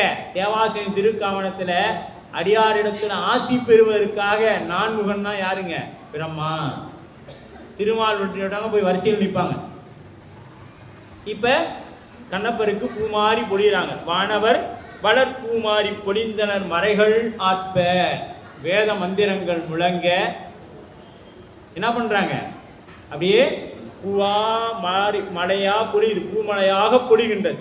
தேவர்கள்லாம் பூமழையா பொழிகிறாங்க. அப்படி வானவர்கள் பூமாறி பொழிந்து மறைகள் ஆற்ப. இதை விட ஒருவருக்கு மிகப்பெரிய பேர் ஏதேனும் உண்டா? பெருமான் திருக்கரம் வந்து பிடித்ததுங்க. யாருடைய? அவர் பிடி எப்படி இருக்கும்? இவர் எப்படி பிடிச்சாரு? தின்னனார் எப்படி பிடிச்சாருங்க? உடும்பு போல பிடித்தார். அதே உடும்பு பிடிதான் இவர் பிடிச்சிக்கிறார். ஏன்னா எந்த பக்கமும் அந்த அந்த போன அந்த அம்பு அப்படியே நிக்குது, கண்ணுட்டியே நிக்குது. இவர் எப்படி அவரை பிடிச்சாரோ அது போல தின்னனார் இறைவனை பிடிச்சார். தின்னனார் இறைவன் தின்னனாரை பிடித்தார். பேரி இதன் மேல் உண்டோ பிரான் திருக்கரத்தில் வந்து ஊறு கண்டு அஞ்சி தங்கன் இழந்து அப்ப உதவும் கையை ஏறு உயர்ந்தவர் தம் கையால் பிடித்து கொண்டு என் வளத்தில் மாறிலாய் நிற்க என்று மண்ணு பேர் அருளி புரிந்தார். சுவாமி பாருங்க, சரி இதையா சொல்லிட்டாரு. என்ன பண்ணிட்டாரு? வேறு இனி இதன் மேல் உண்டோ, இதை தவிர வேறு எதுக்காவது இருக்குதா? நம்ம திருநீர் ருத்ராட்சம் எதுக்கு போட்டுக்கிறோம்? எதுக்கு போட்டுக்கிறோம்? 4 பேர் நம்மளை பார்த்த உடனே கும்பிடணும். இவங்க சொன்னடியாரு, இவங்க பெருமானுக்கு பணி செய்கிறவங்க. அவருக்கு தெரியுதுங்க யாரு நம்ம இந்த திருவேடத்தை கண்டு கும்பிடுறாரு இல்லை, அவருக்கு தெரியுது திருநீர் ருத்ராட்சம் போட்டால் இவர்கள் பெருமானுக்கு அடிமை என்று. ஆனால் அது அணிந்திருக்கக்கூடிய எனக்கு தெரியலைங்க. அது அணிந்திருக்கக்கூடிய எனக்கு தெரியல யாரு நான் பெருமானுக்கு அடிமை அப்படிங்கிறது இல்லையா? இதை தெரிஞ்சிருந்தா யாரிடத்திலையும் வம்பு சண்டைக்கு போயிருக்க மாட்டோம், யாரையும் குறை சொல்லி இருக்க மாட்டோம், யாரிடத்திலையும் குற்றம் கண்டுபிடித்து இருக்க மாட்டோம். அதனால திருவேடத்தை காணக்கூடிய அவர்களுக்கு தெரிகிறது இவர்கள் பெருமானுடைய அடிமை, பெருமானுடைய சின்னத்தை தாங்கி இருக்கிறார்கள் என்று. அதனால அவங்க நம்ம இடத்துல போய் ஒரு இடத்துல தண்ணி கேட்டா கூட இல்லைங்க சாமி, நாங்கள் இன்னைக்கு எங்கள் வீட்டில் வேற ஒன்று செஞ்சுட்டோம், உங்களுக்கு தரக்கூடாதுன்ட்டாங்க. ஆனால் நாம் அந்த நெறியில் நிற்கிறோமானா அது பெருமானுக்கும் நமக்கும் தான் தெரியும், வேற யாருக்கும் தெரியாது. ஏன்னா அந்த நெறியில் நாம் நிற்கிறோமா இல்லையாங்கிறது உள்ள இருக்கக்கூடிய நஞ்சுண்டேஸ்வரருக்கும் நமக்கு மட்டும்தான் தெரிஞ்ச ஒரு விஷயம். வேற யாருக்கும் அதை மட்டும் சொல்லிட மாட்டோம், அவரே யார்ட்டையும் சொல்ல மாட்டேன். அவர் நீ என்ன பண்ணாலும் சரி பண்ணிக்கிட்டே இரு. அப்படியே தான் கீழ்கணக்கில் இன்னம்பர் எழுதியிருக்கிறாரு. கீழ்கணக்கு இன்னம்பர் ஈசர். அது என்னன்னா கீழ்கணக்குன்னா என்னன்னு தெரிஞ்சுக்கணும். நாம் புறணையின் பிளவு இது திருப்புகழ் வரக்கூடிய ஒரு வரி. ஒரு புறணை அரிசி இருக்கு பார்த்தீங்களா, அதில் ஒரு பிளவுபடுத்தினா எவ்வளோங்க இருக்கும்? புளியோண்டு இருக்கும். இதுக்கு அப்படியே ஒரு கதையை அவர் சொல்கிறாரு. என்னன்னா ஒரு நல்ல ஒரு வயதானவங்க இருக்கிறாங்க. அந்த அம்மா அந்த ஊரில் யாருக்கும் ஒரு உதவி பண்ணதில்லை, ஒரு சாப்பாடு போட்டது கிடையாது. அப்படி இடத்துல ஒரு தவ முனிவர் வராரு. அவங்ககிட்ட சொல்கிறாங்க, நான் இன்னைக்கு வீடு வீடாக போகணுமா, இன்றைக்கி அந்த வீட்டில் தான் போய் வாங்க. அந்த வீட்டில் உனக்கு வாய்ப்பே இல்லை, உனக்கு கிடைக்கிறதுக்கு சிரமம் போகாதுன்னு சொல்கிறாங்க. கரெக்டாக இவர் போகிற நேரம் அந்த அம்மா உலக்கி எடுத்து நெல் குத்திட்டு இருக்கிறாங்க, நெல்லை குத்தி கொண்டு இருக்கிறாங்க. அப்போ இவர் அங்கே போகிறார். இந்த முனிவர் அங்கே போய் நிற்கிறார். என்ன வேணும்? சாப்பாடு இருந்தால். என்னது இங்கே இருக்கிறவங்களுக்கே இல்லை, உனக்கு வேறு வேணுமா, ஓடி போயிரு அப்படின்னு சொல்லி அந்த அம்மா என்ன பண்ணுது, அந்த உலக்கை எடுத்துக்கிட்டு முடிஞ்ச அளவுக்கு துரத்து. அவரும் ஓடுற அளவுக்கு ஓடிவிட்டார். ஓடிவிட்டு கடைசியில் என்ன பண்ணுறாங்க, கொஞ்சம் தூரம் போன பிறகு அவர் போய் அந்த அம்மா உலக்கையை விசிறிட்டு வந்துடுது. விசிறும் பொழுது அந்த உலக்கையில் இருந்த ஒரு அரிசி போயிட்டு அவரோட பாத்திரத்தில் விழுந்துருச்சு. அவர் பெருமான் இன்னைக்கு நமக்கு கொடுத்தது இதுதான் அப்படின்னு சொல்லி அதை கொஞ்சம் சாப்பிட்டார். உரிய காலம் வந்துச்சு. அந்த அம்மாவை கூட்டி போகிறதுக்கு சிவகணங்கள் வந்துடுச்சு. வந்து கூப்பிடுதுங்க, ஏப்பா நீ வா, சுவாமி சிவபெருமான் உன்னை கூட்டி வர சொன்னான். இப்போ நான்லாம் யாருக்கும் எந்த புண்ணியமும் செய்ததில்லை, ஒருத்தனுக்கு ஒரு சோறு போட்டது கிடையாது, என்ன எதுக்கு அவர் கூப்பிட்றாரு? இல்லை வா கூப்பிட்டார் அப்படின்னு. சரி அப்படியா? போனாங்க. அந்த அம்மா போனாங்க. போன மாத்திரத்தில் ஏசாமி நீங்கள் என்ன போய் நான் எந்த புண்ணியமும் பண்ணாது என்னை கூட்டிகிட்டு வந்து வைக்கிறீங்களே, நான்லாம் எதுவுமே யாருக்கும் தந்ததில்லை அப்படின்னு சொல்கிறாங்க. அப்போ சாமி சொல்கிறார், நீ ஒரு உலக்கையில் எழுதிக்க போன அதில் ஒரு பருக்க போய் அவருடைய பிச்சை பாத்திரத்தில் யாசக பாத்திரத்தில் விழுந்துச்சு, அச்சய பாத்திரத்தில். அதை எடுத்து அவர் சமைச்சு சாப்பிட்டாரு. அந்த அன்னைக்கு அவருக்கு பசிச்சு தீர்ந்துருச்சு. அதனால் உனக்கு சிவலோக பதவி கொஞ்ச நாள் இங்கே இருந்துட்டு என் பக்கத்தால் வந்து தரிசிக்கிற பாக்கியம் உனக்கு உண்டு. அது நீ முடிச்சுட்டு நீ எங்கே போகணுமோ அங்கே போயிடுவேன் அப்படின்ட்டார். இந்த அம்மா இதை கேள்விப்பட்ட உடனே என்ன பண்ணிட்டார், பெருமான் திருவடியை போய் விழுந்துருச்சு. பெருமான் திருவடியில் விழுந்து கெட்டியாக பிடிச்சிருச்சு. இப்போ என்ன ஆகும், நம்ம பெருமான் எப்படிப்பட்டவர், அன்பே வடிவமானவர். நம்ம பெருமான் எப்படிப்பட்டவருங்க, அன்பே வடிவமானவர். தந்தது உன் தன்னை, கொண்டது என் தன்னை, சங்கரா ஆர்கோலோ சதுரர். மாணிக்கவாசகர் சொல்றார், தந்தது உன் தன்னை. நீ எப்படிப்பட்டவன் தெரியுமா, தங்கமா, தங்கம், சொக்க தங்கம். நான் எப்படி தெரியுமா, துரு பிடிச்ச இரும்பு. என்னோட அன்பும் என்னோட பழக்க வழக்கம் எப்படி ಇದೆ, நான் ஒரு துரு பிடிச்ச இரும்பு, நீயோ சொக்க தங்கம். நீ என்ன பண்ணிட்டனா அந்த தங்கத்தை கொடுத்து நீ தகரத்தை வாங்கிக்கிட்ட. இப்போ இதில் யார் புத்திசாலி, மாணிக்கவாசகர் இதில் யார் புத்திசாலி, நான் தான். தந்தது உன் தன்னை, கொண்டது என் தன்னை, சங்கரா ஆர்கோலோ சதுரர். இதில் யார் நல்ல புத்திசாலினா, சாமி நீ ஒரு ஏமாளி, நான் தான் புத்திசாலி. அப்படித்தாங்க நம்மளையும் சாமி வச்சுக்கிறாரு. எந்த புண்ணியம் பண்ணமா, பாவம் பண்ணமா, சிவபுண்ணியம் பண்ணமான்னு நமக்கு தெரியாது. ஆனால் நமக்கு திருவுருத்திராக்கத்தை கொடுத்து, ஐந்தெழுத்தை கொடுத்து, பெருமானை வழிபடக்கூடிய பாக்கியம் எல்லாம் கொடுத்து, அவர் எங்கடா போய் அங்கே கரெக்டில் இருந்தால் இவன் ஒருத்தனும் வரமாட்டானேன்னு நடுவில் வந்து உட்காந்துக்கிட்டு எப்பயாச்சும் வருவானா, அப்பயும் ஒரு நாளைக்கு 300 தாண்ட மாட்டேங்கிறா, என்னதான் நானும் பண்ணட்டும், அடுத்து வீட்டுக்காக போகணும் போல. இப்போ அடுத்து மார்கழி வந்துருச்சு. செங்கமலை இல்லங்கள் தோறும் எழுந்தருளி செங்கமல பொற்பாதம் தந்தருளும் சேவகனை. இப்போ என்ன பண்ணுவார், மார்கழி வந்த உடனே ஒவ்வொரு வீட்டுக்கு வேலைக்காரனா வந்து, சுவாமி எப்படியாச்சும் என்னை பற்றி தெரிஞ்சுக்கங்கடா, இருங்கடா என் கூட அப்படின்னு வீட்டுக்கு வருவாராம் சுவாமி. அதனால தான் மார்கழியில் காலை நேரங்கள் எந்திரிச்சு வாசலில் கோலமிட்டு திருவிளக்கு ஏற்றி வைக்கணும். திருவிளக்கு கார்த்திகையில் மாலையில் ஏற்றுறீங்கன்னா மார்கழியில் காலை பொழுது அந்த மாதம் முழுக்க ஏற்றிட்டு வரும். அதிகாலை 4 மணிக்கெல்லாம் சுவாமி வந்து கதவை தட்டுவார். எப்பா 4 மணி ஆயிடுச்சு வந்தீங்கன்னா கொஞ்சம் பரவாயில்ல அப்படின்னு. இரு சாமி இன்னும் ஒரு 10 நிமிஷம். அந்த திருவெண்பாவை வாய்ப்பு இருந்தால் சிந்திக்கலாம். சிறப்பு வகுப்பாக வேற ஒரு நாட்களில் வைத்து திருவெண்பாவை சிந்திக்கக்கூடிய வாய்ப்பு இருந்தால் 4 வாரங்களும் சிறப்பு வகுப்பில் அதை சிந்திக்க பெருமான் கருணை கூட்டுட்டு இந்த நேரத்தில் அவர்கிட்ட. ஏன்னா திருவெண்பாவை பாடுறோம், அந்த நோன்பு இருக்கிறாங்க, எதற்காக அது இருக்கிறோம் அப்படிங்கிறத நாம் தெரிஞ்சுக்கணும் இல்லையா. ஆர்த்த பிறவி துயர்கட நாம் ஆர்த்தாடும் தீர்த்தங்கள் தில்லை சிற்றம்பலை. எதுக்காக அப்படின்னா, இந்த ஆன்மா எப்படி உறங்கி கொண்டிருக்குது, முழுக்க அது சைவ சித்தாந்தம் சம்பந்தப்பட்ட திருவெண்பாவை, சைவ சித்தாந்தம் சம்பந்தப்பட்டது. அப்படி இங்கே மாறிலா மா கருணை வெள்ளமே, மாறி நின்றென்னை வயக்கிடும் மஞ்சப்புலனைந்தின் வழியடை தமுதே, ஊறி நின்றென்னுள் எழுவரம் சோதி உள்ளவா காண வந்தருளாய், தேரழின் தெளிவே சிவபெருமானே திருப்பெருந்துறை உரை சிவனே, ஈரிலா பதங்கள் யாவையும் கடந்த இன்பமே என்னுடைய அன்பே. மாணிக்கவாசகர் இன்பமே என்னுடைய அன்பே. அப்ப அந்த மாறிலார் நிற்க என்று மண்ணு பேர் அருள் புரிந்தார். நீ எப்பொழுதுமே என்னுடைய வலப்பக்கத்தில். இன்னைக்கும் இது திருஞான சம்பந்த பெருமானுக்கு இந்த காட்சி கிடைத்திருக்குது, அப்பர் பெருமானுக்கும் இந்த காட்சி கிடைத்திருக்குது, நம்பி ஆர்வலர் சுந்தரமூர்த்தி போகும் பொழுதும் இந்த காட்சி அவர்களுக்கு கிடைத்திருக்கிறது. இன்னைக்கு நமக்கு காலத்தி போனா கிடைக்குதா அப்படின்னா இல்லைங்க.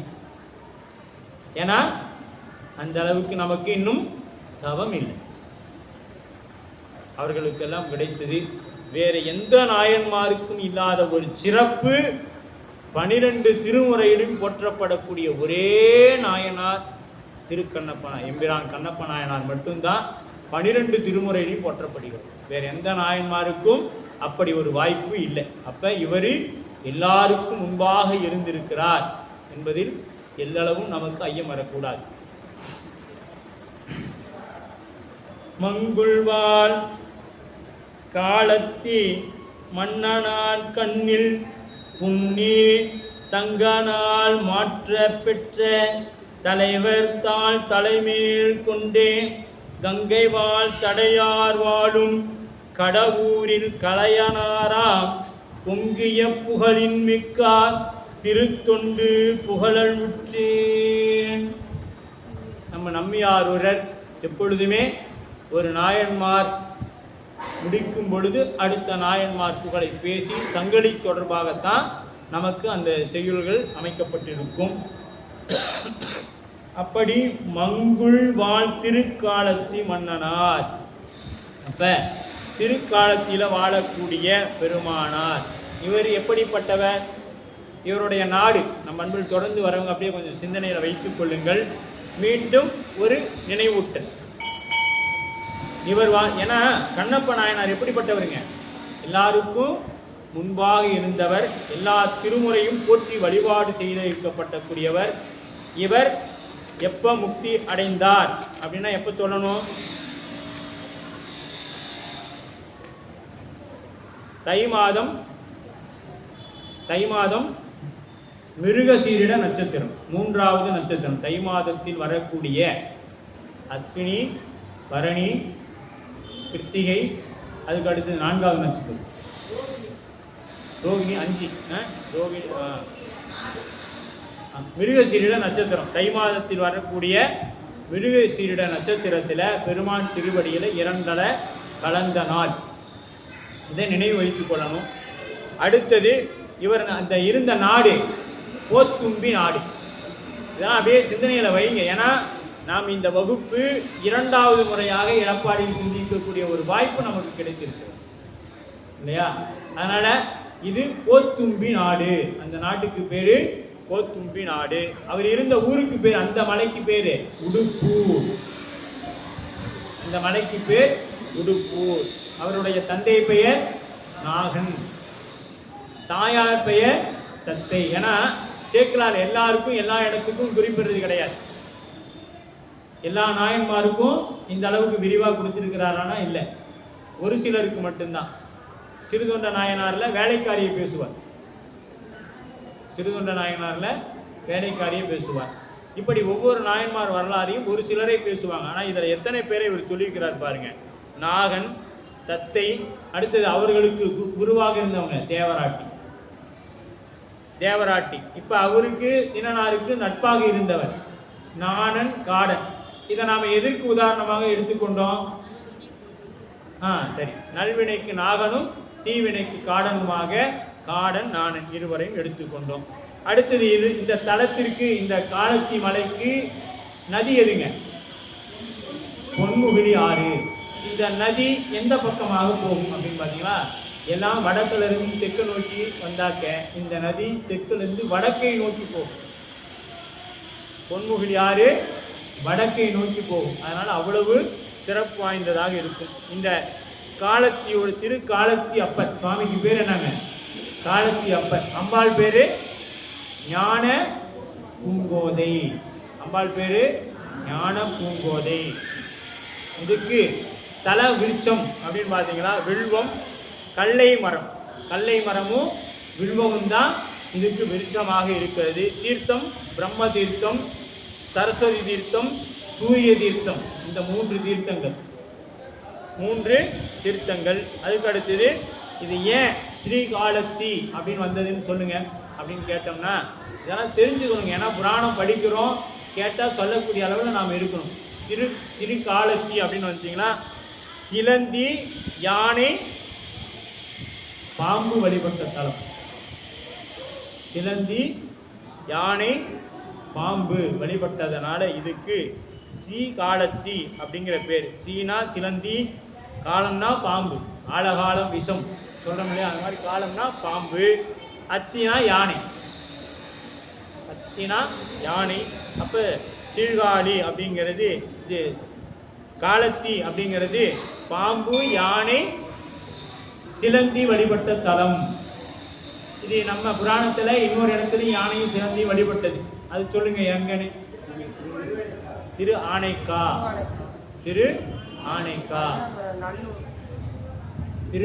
இப்படி இந்த புராணத்தில் இதில் என்ன ஆகும் அப்படின்னு பார்த்தீங்கன்னா வினை நீக்கம். முழுக்க இந்த புராணத்தை கேட்டோம்னா நமக்கு என்ன ஆகுங்க? வினை நீக்கம் பெறும். அவ்வினைக்கு இவ்வினையாம் என்று சொல்லும் அகுதறிவே வீவினை நாடாதிருப்பது உண்டமக்கு ஊனமன்றே. ஆணவம், கண்மம், மாயை கண்ணப்பா நாயனார் பணி பெரிதாக அன்பு பெரிதா அப்படின்னு ஒரு எடுத்துக்கலாம். கண்ணப்பன் அன்பு பெரிதா இல்லை பணி பெரிதா அப்படின்னு எடுத்துக்கிட்டோம்னா, வள்ளல் மகவரி வாழார் மகவரிந்து ஊட்ட வல்லேன் அல்லேன், மாது சொன்ன சூதார் இறமை துறக்க வல்லேன் அல்லேன், தொண்டு செய்து நாளாரில் கண்ணிடந்து அப்ப வல்லேன் அல்லேன். அன்புக்கு அருள். இப்போ இந்த அன்பு தான் என்ன பண்ணும், நம்மை இறைவனிடத்தில் கொண்டு போய் சேர்க்கும். இந்த அன்பின் முதிர்வு தாங்க தொண்டு. அன்பின் முதிர்வு, அன்பே செலுத்தி கொண்டிருக்கிறோம் அப்படின்னா கட்டாயமாக அந்த அன்பு முதிர்ந்துச்சுன்னா என்ன ஆகும், தொண்டுக்கு வந்துடும். அதுதான் நாவுக்கரசு பெருந்தர். அன்பின் முதிர்வு தான் நாவுக்கரசு பெருந்தர். அவங்க தான் கையில் உளவாரம், கண்ணில் நீரும், வாயில தேவாரம். அந்த அன்பு உள்ளத்தோட சொன்னார். தேவாரம் பாடிக்கொண்டு நாம இங்கே கோயிலில் பூ கட்டுறக்குள்ள என்ன பண்ணுறோம், இருக்கிற ஊர் நாயத்தெல்லாம் பேசிடுறோம். ஆனால் என்ன பண்ணணும், அப்போ தேவாரம் தான் பாடணும். அதனால தான் நம்ம எல்லாரும் திருக்குறை பாடும்போது என்ன சொல்கிறோம், சத்தம் இல்லாமல் அமைதியாக இருங்க. இதை சொல்லவே கூடாது, இதை சொல்லவே கூடாது. ஏன்னா அந்த அளவுக்கு நாம் அமைதியாக இருந்து பழகணும். முதல்ல சொன்னது தான், நம்ம பெரியவங்க இருக்கும் பொழுது சத்தமாக பேச மாட்டோம். இன்னைக்கு நாம் பெரியவராக மதிக்கிறது இல்லை. யாரை, உள்ளே இருக்கக்கூடிய பெரியவரை நம்ம பெரியவராக மதிக்கிறது இல்லை. அதனால் நாம் சத்தம் விட்டு பேசிக்கொண்டே இருக்கோம். எப்போ பார், அதெல்லாம் நம்ம வகுப்புக்கு வரக்கூடிய அன்பர்கள் மற்றவர்கள் எப்படி இருந்தாலும் நான் பலமுறை அடியேன் சொல்லிக்கொண்டே இருப்பேன். வேடங்களை கண்டால் வணங்குங்க, யாரிடத்திலும் வேதம் பார்க்காதீங்க. எல்லாரும் நம்ம கோயிலுக்கு வரவங்க, அவங்களால நம்ம கட்டாயமாக ஏதேனும் இந்த கோயிலுக்கு ஏதேனும் ஒரு பணி நடக்க வேண்டியிருக்கு. ஏன்னா பெருமான் அவரை ஏற்றுக்கிறார். இப்போ நம்ம பெருமானை விட பெரிய ஆளா, பெருமானை விட நாம் பெரிய ஆளா இல்லையே. அப்போ யாரிடத்திலும் நாம் எந்த விதமான பேதமும் இல்லாமல் எல்லாருக்கும் நாம் திருடு வேடமிட்ட அனைவருக்கும் நான் அடியேன், நாம் அடிமைங்கிற ஒரு உள்ளத்தில் நாம் அடிமை. யாருக்கு, பெருமானுக்கு. இங்கே வரக்கூடிய அடியார்கள் பெருமாள் அத்தனையுமே யாருடைய அடிமைகள், பெருமானுடைய. யாரும் உயர்ந்தவங்க இல்லை, யாரும் தாழ்ந்தவங்களும் இல்லை, எல்லாரும் பெருமானுடைய அடிமைகள் அப்படிங்கிறது மட்டும்தான் இருக்கு. ஆனால் நாம் அவர் அடிமைன்னு நினைக்கலாம். ஆனால் அவர் நம்மளை என்ன நினைக்கிறாரு, நம்மளுடைய தாய் போல அணைக்கக்கூடியவர் நம் பெருமான். குன்றே அணையா குற்றங்கள் குணமாம் என்றே நீ கொண்ட. நம்மளோட இயல்பு என்னன்னா, குற்றங்களையே செய்தல் நம்மளுடைய குணம். நம்மளோட குணம் குற்றம் மட்டுமே செய்யக்கூடியது. பெருமானுடைய குணம் அந்த குற்றங்களை எல்லாம் மன்னிப்பது.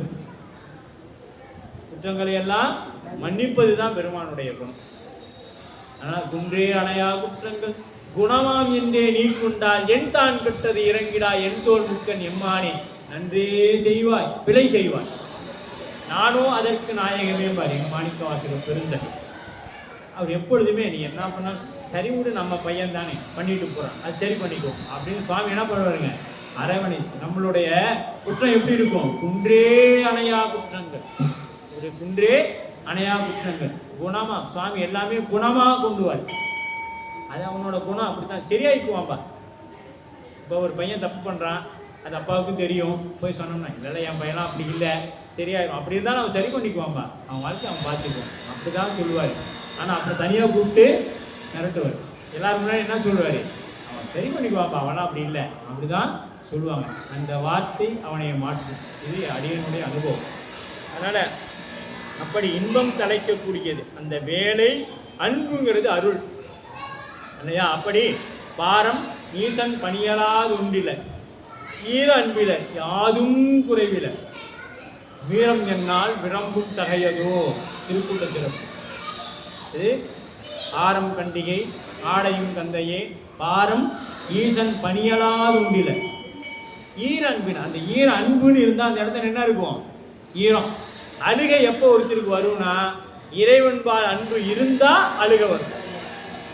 இறைவன்பால் அன்பு இருந்தால் தான் அழுக வரும். அன்பு இல்லைன்னா கட்டாயமாக நீ என்ன சுட்டு போட்டாலும் அந்த கண்ணில் தண்ணி வராது. இறைவன்பால் அன்பு இருந்தால் தான் வரும்.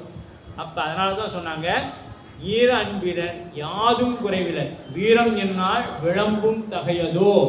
என்று முடிச்சிருப்பாங்க. அப்படி என்ன பண்ணுறாரு, குங்கிலிய கலைய நாயனார் புராணத்தை அடுத்தது நமக்கு சொல்ல வராரு. மல்குல் அப்படின்னா, மல்குனா வளங்கள் நிறைந்த வாழ்ந்திரு காலத்தி மன்னனார் கண்ணில் புண்ணி தங்கனார் மாற்று செய்ய. யாரு? பெருமானுக்கே கண்ணை கொடுக்கப்பெற்ற தலைவன் தாள் தலைமேல் கொண்டு. ஒவ்வொரு இடத்துலையும் சொல்லுவாருங்க. நாம் சொல்கிறோம், ஒரு திருக்கூட்டத்தில் இருந்தாலும் சரி, எங்கே இருந்தாலும் சரி, நாம தான் தலைவர்னு நினைக்கிறோம். ஆனால் தெய்வ சேக்கிழார் பெருமான் எல்லா இடத்துலையும் நம்பி ஆரூரர் எல்லா இடத்துலையும் சொல்லுவார். யாரை? இதுக்கு முன்னாடி இந்த நாயன்மாரை தலைவராக. அதுதான் சொல்கிறார். மாற்றப்பெற்ற தலைவனார்தன் தலைமேல் கொண்டு, அவருடைய திருவடியை என் தலைமீது சுமந்து கொண்டு. யாரு? கண்ணப்ப நாயனாருடைய திருவடியை என் தலைமேல் கொண்டேன். கங்கைவாள், ஏன்னா அவருடைய திருவடியை பணிஞ்ச, இப்போ தில்லைவாழந்தனர் திருவடியை பணிஞ்சதுனால யார் எனக்கு கிடைச்சாங்கன்னா திருநீலகண்டத்து குயவனார் கிடைச்சாரு. அவருடைய திருவடியை பணிஞ்சேன். அடுத்தது இயற்பகை நாயனார் இளையான்குடிமாறர் கிடைச்சார். அவருடைய திருவடியை தலைமையில் சுற்றினேன். ஏற்பகை நாயனார் கிடைத்தார். இப்படி ஒவ்வொரு நாயன்மார் திருவடியையும் தலைமையில் கொண்டதனால், அவருடைய திருவடியை போற்றி பணிந்ததனால், அந்த ஞானத்தை கொண்டு, அந்த திருவடியின் அருளை கொண்டு அடுத்த நாயன்மார் புராணத்தை சிந்திக்கக்கூடிய ஒரு தவம் எனக்கு கிடைத்தது. அடியன்னு சொல்லல, தெய்வ சேக்கிழார் பெருமான். இப்போ நமக்கு அடுத்த நாயன்மார் போகணும்னா, இப்போ சொல்லிடுறோம், சொல்லணும்னா என்னன்னு, காலையில் இந்த உடம்புல உயிர் இருக்கணும். இருந்தால் தான் அடுத்த நாள் இந்த புராணத்தை நம்ம சிந்திக்க முடியும். இல்லைன்னா கண்ணப்பரையோடைய நாமளும் திருச்சிற்றம்பலம் தான் இல்லையா? அப்போ சரஸ்வதி தீர்த்தம், சூரிய தீர்த்தம். அப்போ கங்கை சடையார் வாழ் கங்கை, எப்படி கங்கையுடைய குற்றங்களை எல்லாம் பொறுத்து இறைவன் ஏற்றுக்கொண்டாரோ, அந்த சடையை வாழும் கடவுர் கலையானார். திருக்கடவுர் எல்லாருக்கும் தெரியும். ஏன்னா 60 தினம் என்ன விடுவோம், திருக்கடவுர் போவோம். அங்கே தான் நமக்கு 60 பண்ணுவாங்க அப்படின்னு சொல்லிட்டு அங்கெல்லாம் போனால் யமபயம் நீக்கக்கூடிய தலமாக போற்றப்படக்கூடியது. அதை பற்றி அடுத்த இதில் விரிவாக சிந்திக்கும். கடவுர் கலையனாராம். அவர் பேர் என்னங்க? கலையனார். கடவுரில் கலையந்தன் அடியார்க்கும் அடியேன். அவர் பெயர், இயற்பெயர் பார்த்தீங்கன்னா கலையனார். பொங்கிய புகழின் மிக்கார், திருத்தொண்டு புகழின் உற்றேன். அவருடைய அந்த தொண்டை உங்களுக்கு புகழலுற்றேன், அதை பற்றி சொல்கிறேங்கிற அளவில் அவர் புராணத்தை நிறைவு செய்கிறார். நாவலும் அந்த அளவிலே இன்றைய வகுப்பை நிறைவு செய்கிறோம். என்றும் இன்பம் பெருகும் இயல்பினார் ஒன்று காதலித்து உள்ளமும் ஒங்கிட மண்டுளார் அடியார் அவர் வான் புகழ் நின்றதெங்கும் நிலவி உலகிலா வான்முகில் விழாது பெய்க மணிவளம் சுரக்க மன்னன் கொன்முறை அரசு செய்க குறைவிலாது உயிர்கள் வாழ்க நான் மறை அரங்கள் ஓங்குக நற்றவம் விழுமி மல்க மேன்மைகொள் சைவ நீதி விளங்குக உலகமெல்லாம் மேன்மைகொள் சைவ நீதி விளங்குக உலகமெல்லாம் மேன்மைகொள் சைவ நீதி விளங்குக உலகமெல்லாம். தென்னாடுடைய சிவனே போற்றி, ஏகம்பத்துரையந்தாய் போற்றி, காவாய் கனகத்திரளே போற்றி, அருள் தரும் தேவகிரி அம்மை உடனவர் அருள்மிகு நஞ்சுண்டேஸ்வரப் பெருமான் திருவடிகள், எம்பிரான் தெய்வ சேக்கிழார் பெருமான் திருவடிகள், எம்பிரான் கண்ணப்ப நாயனார் திருவடிகள். திருச்சிற்றம்பலம். அன்பர் பெருமக்களுக்கு ஒரு அறிவு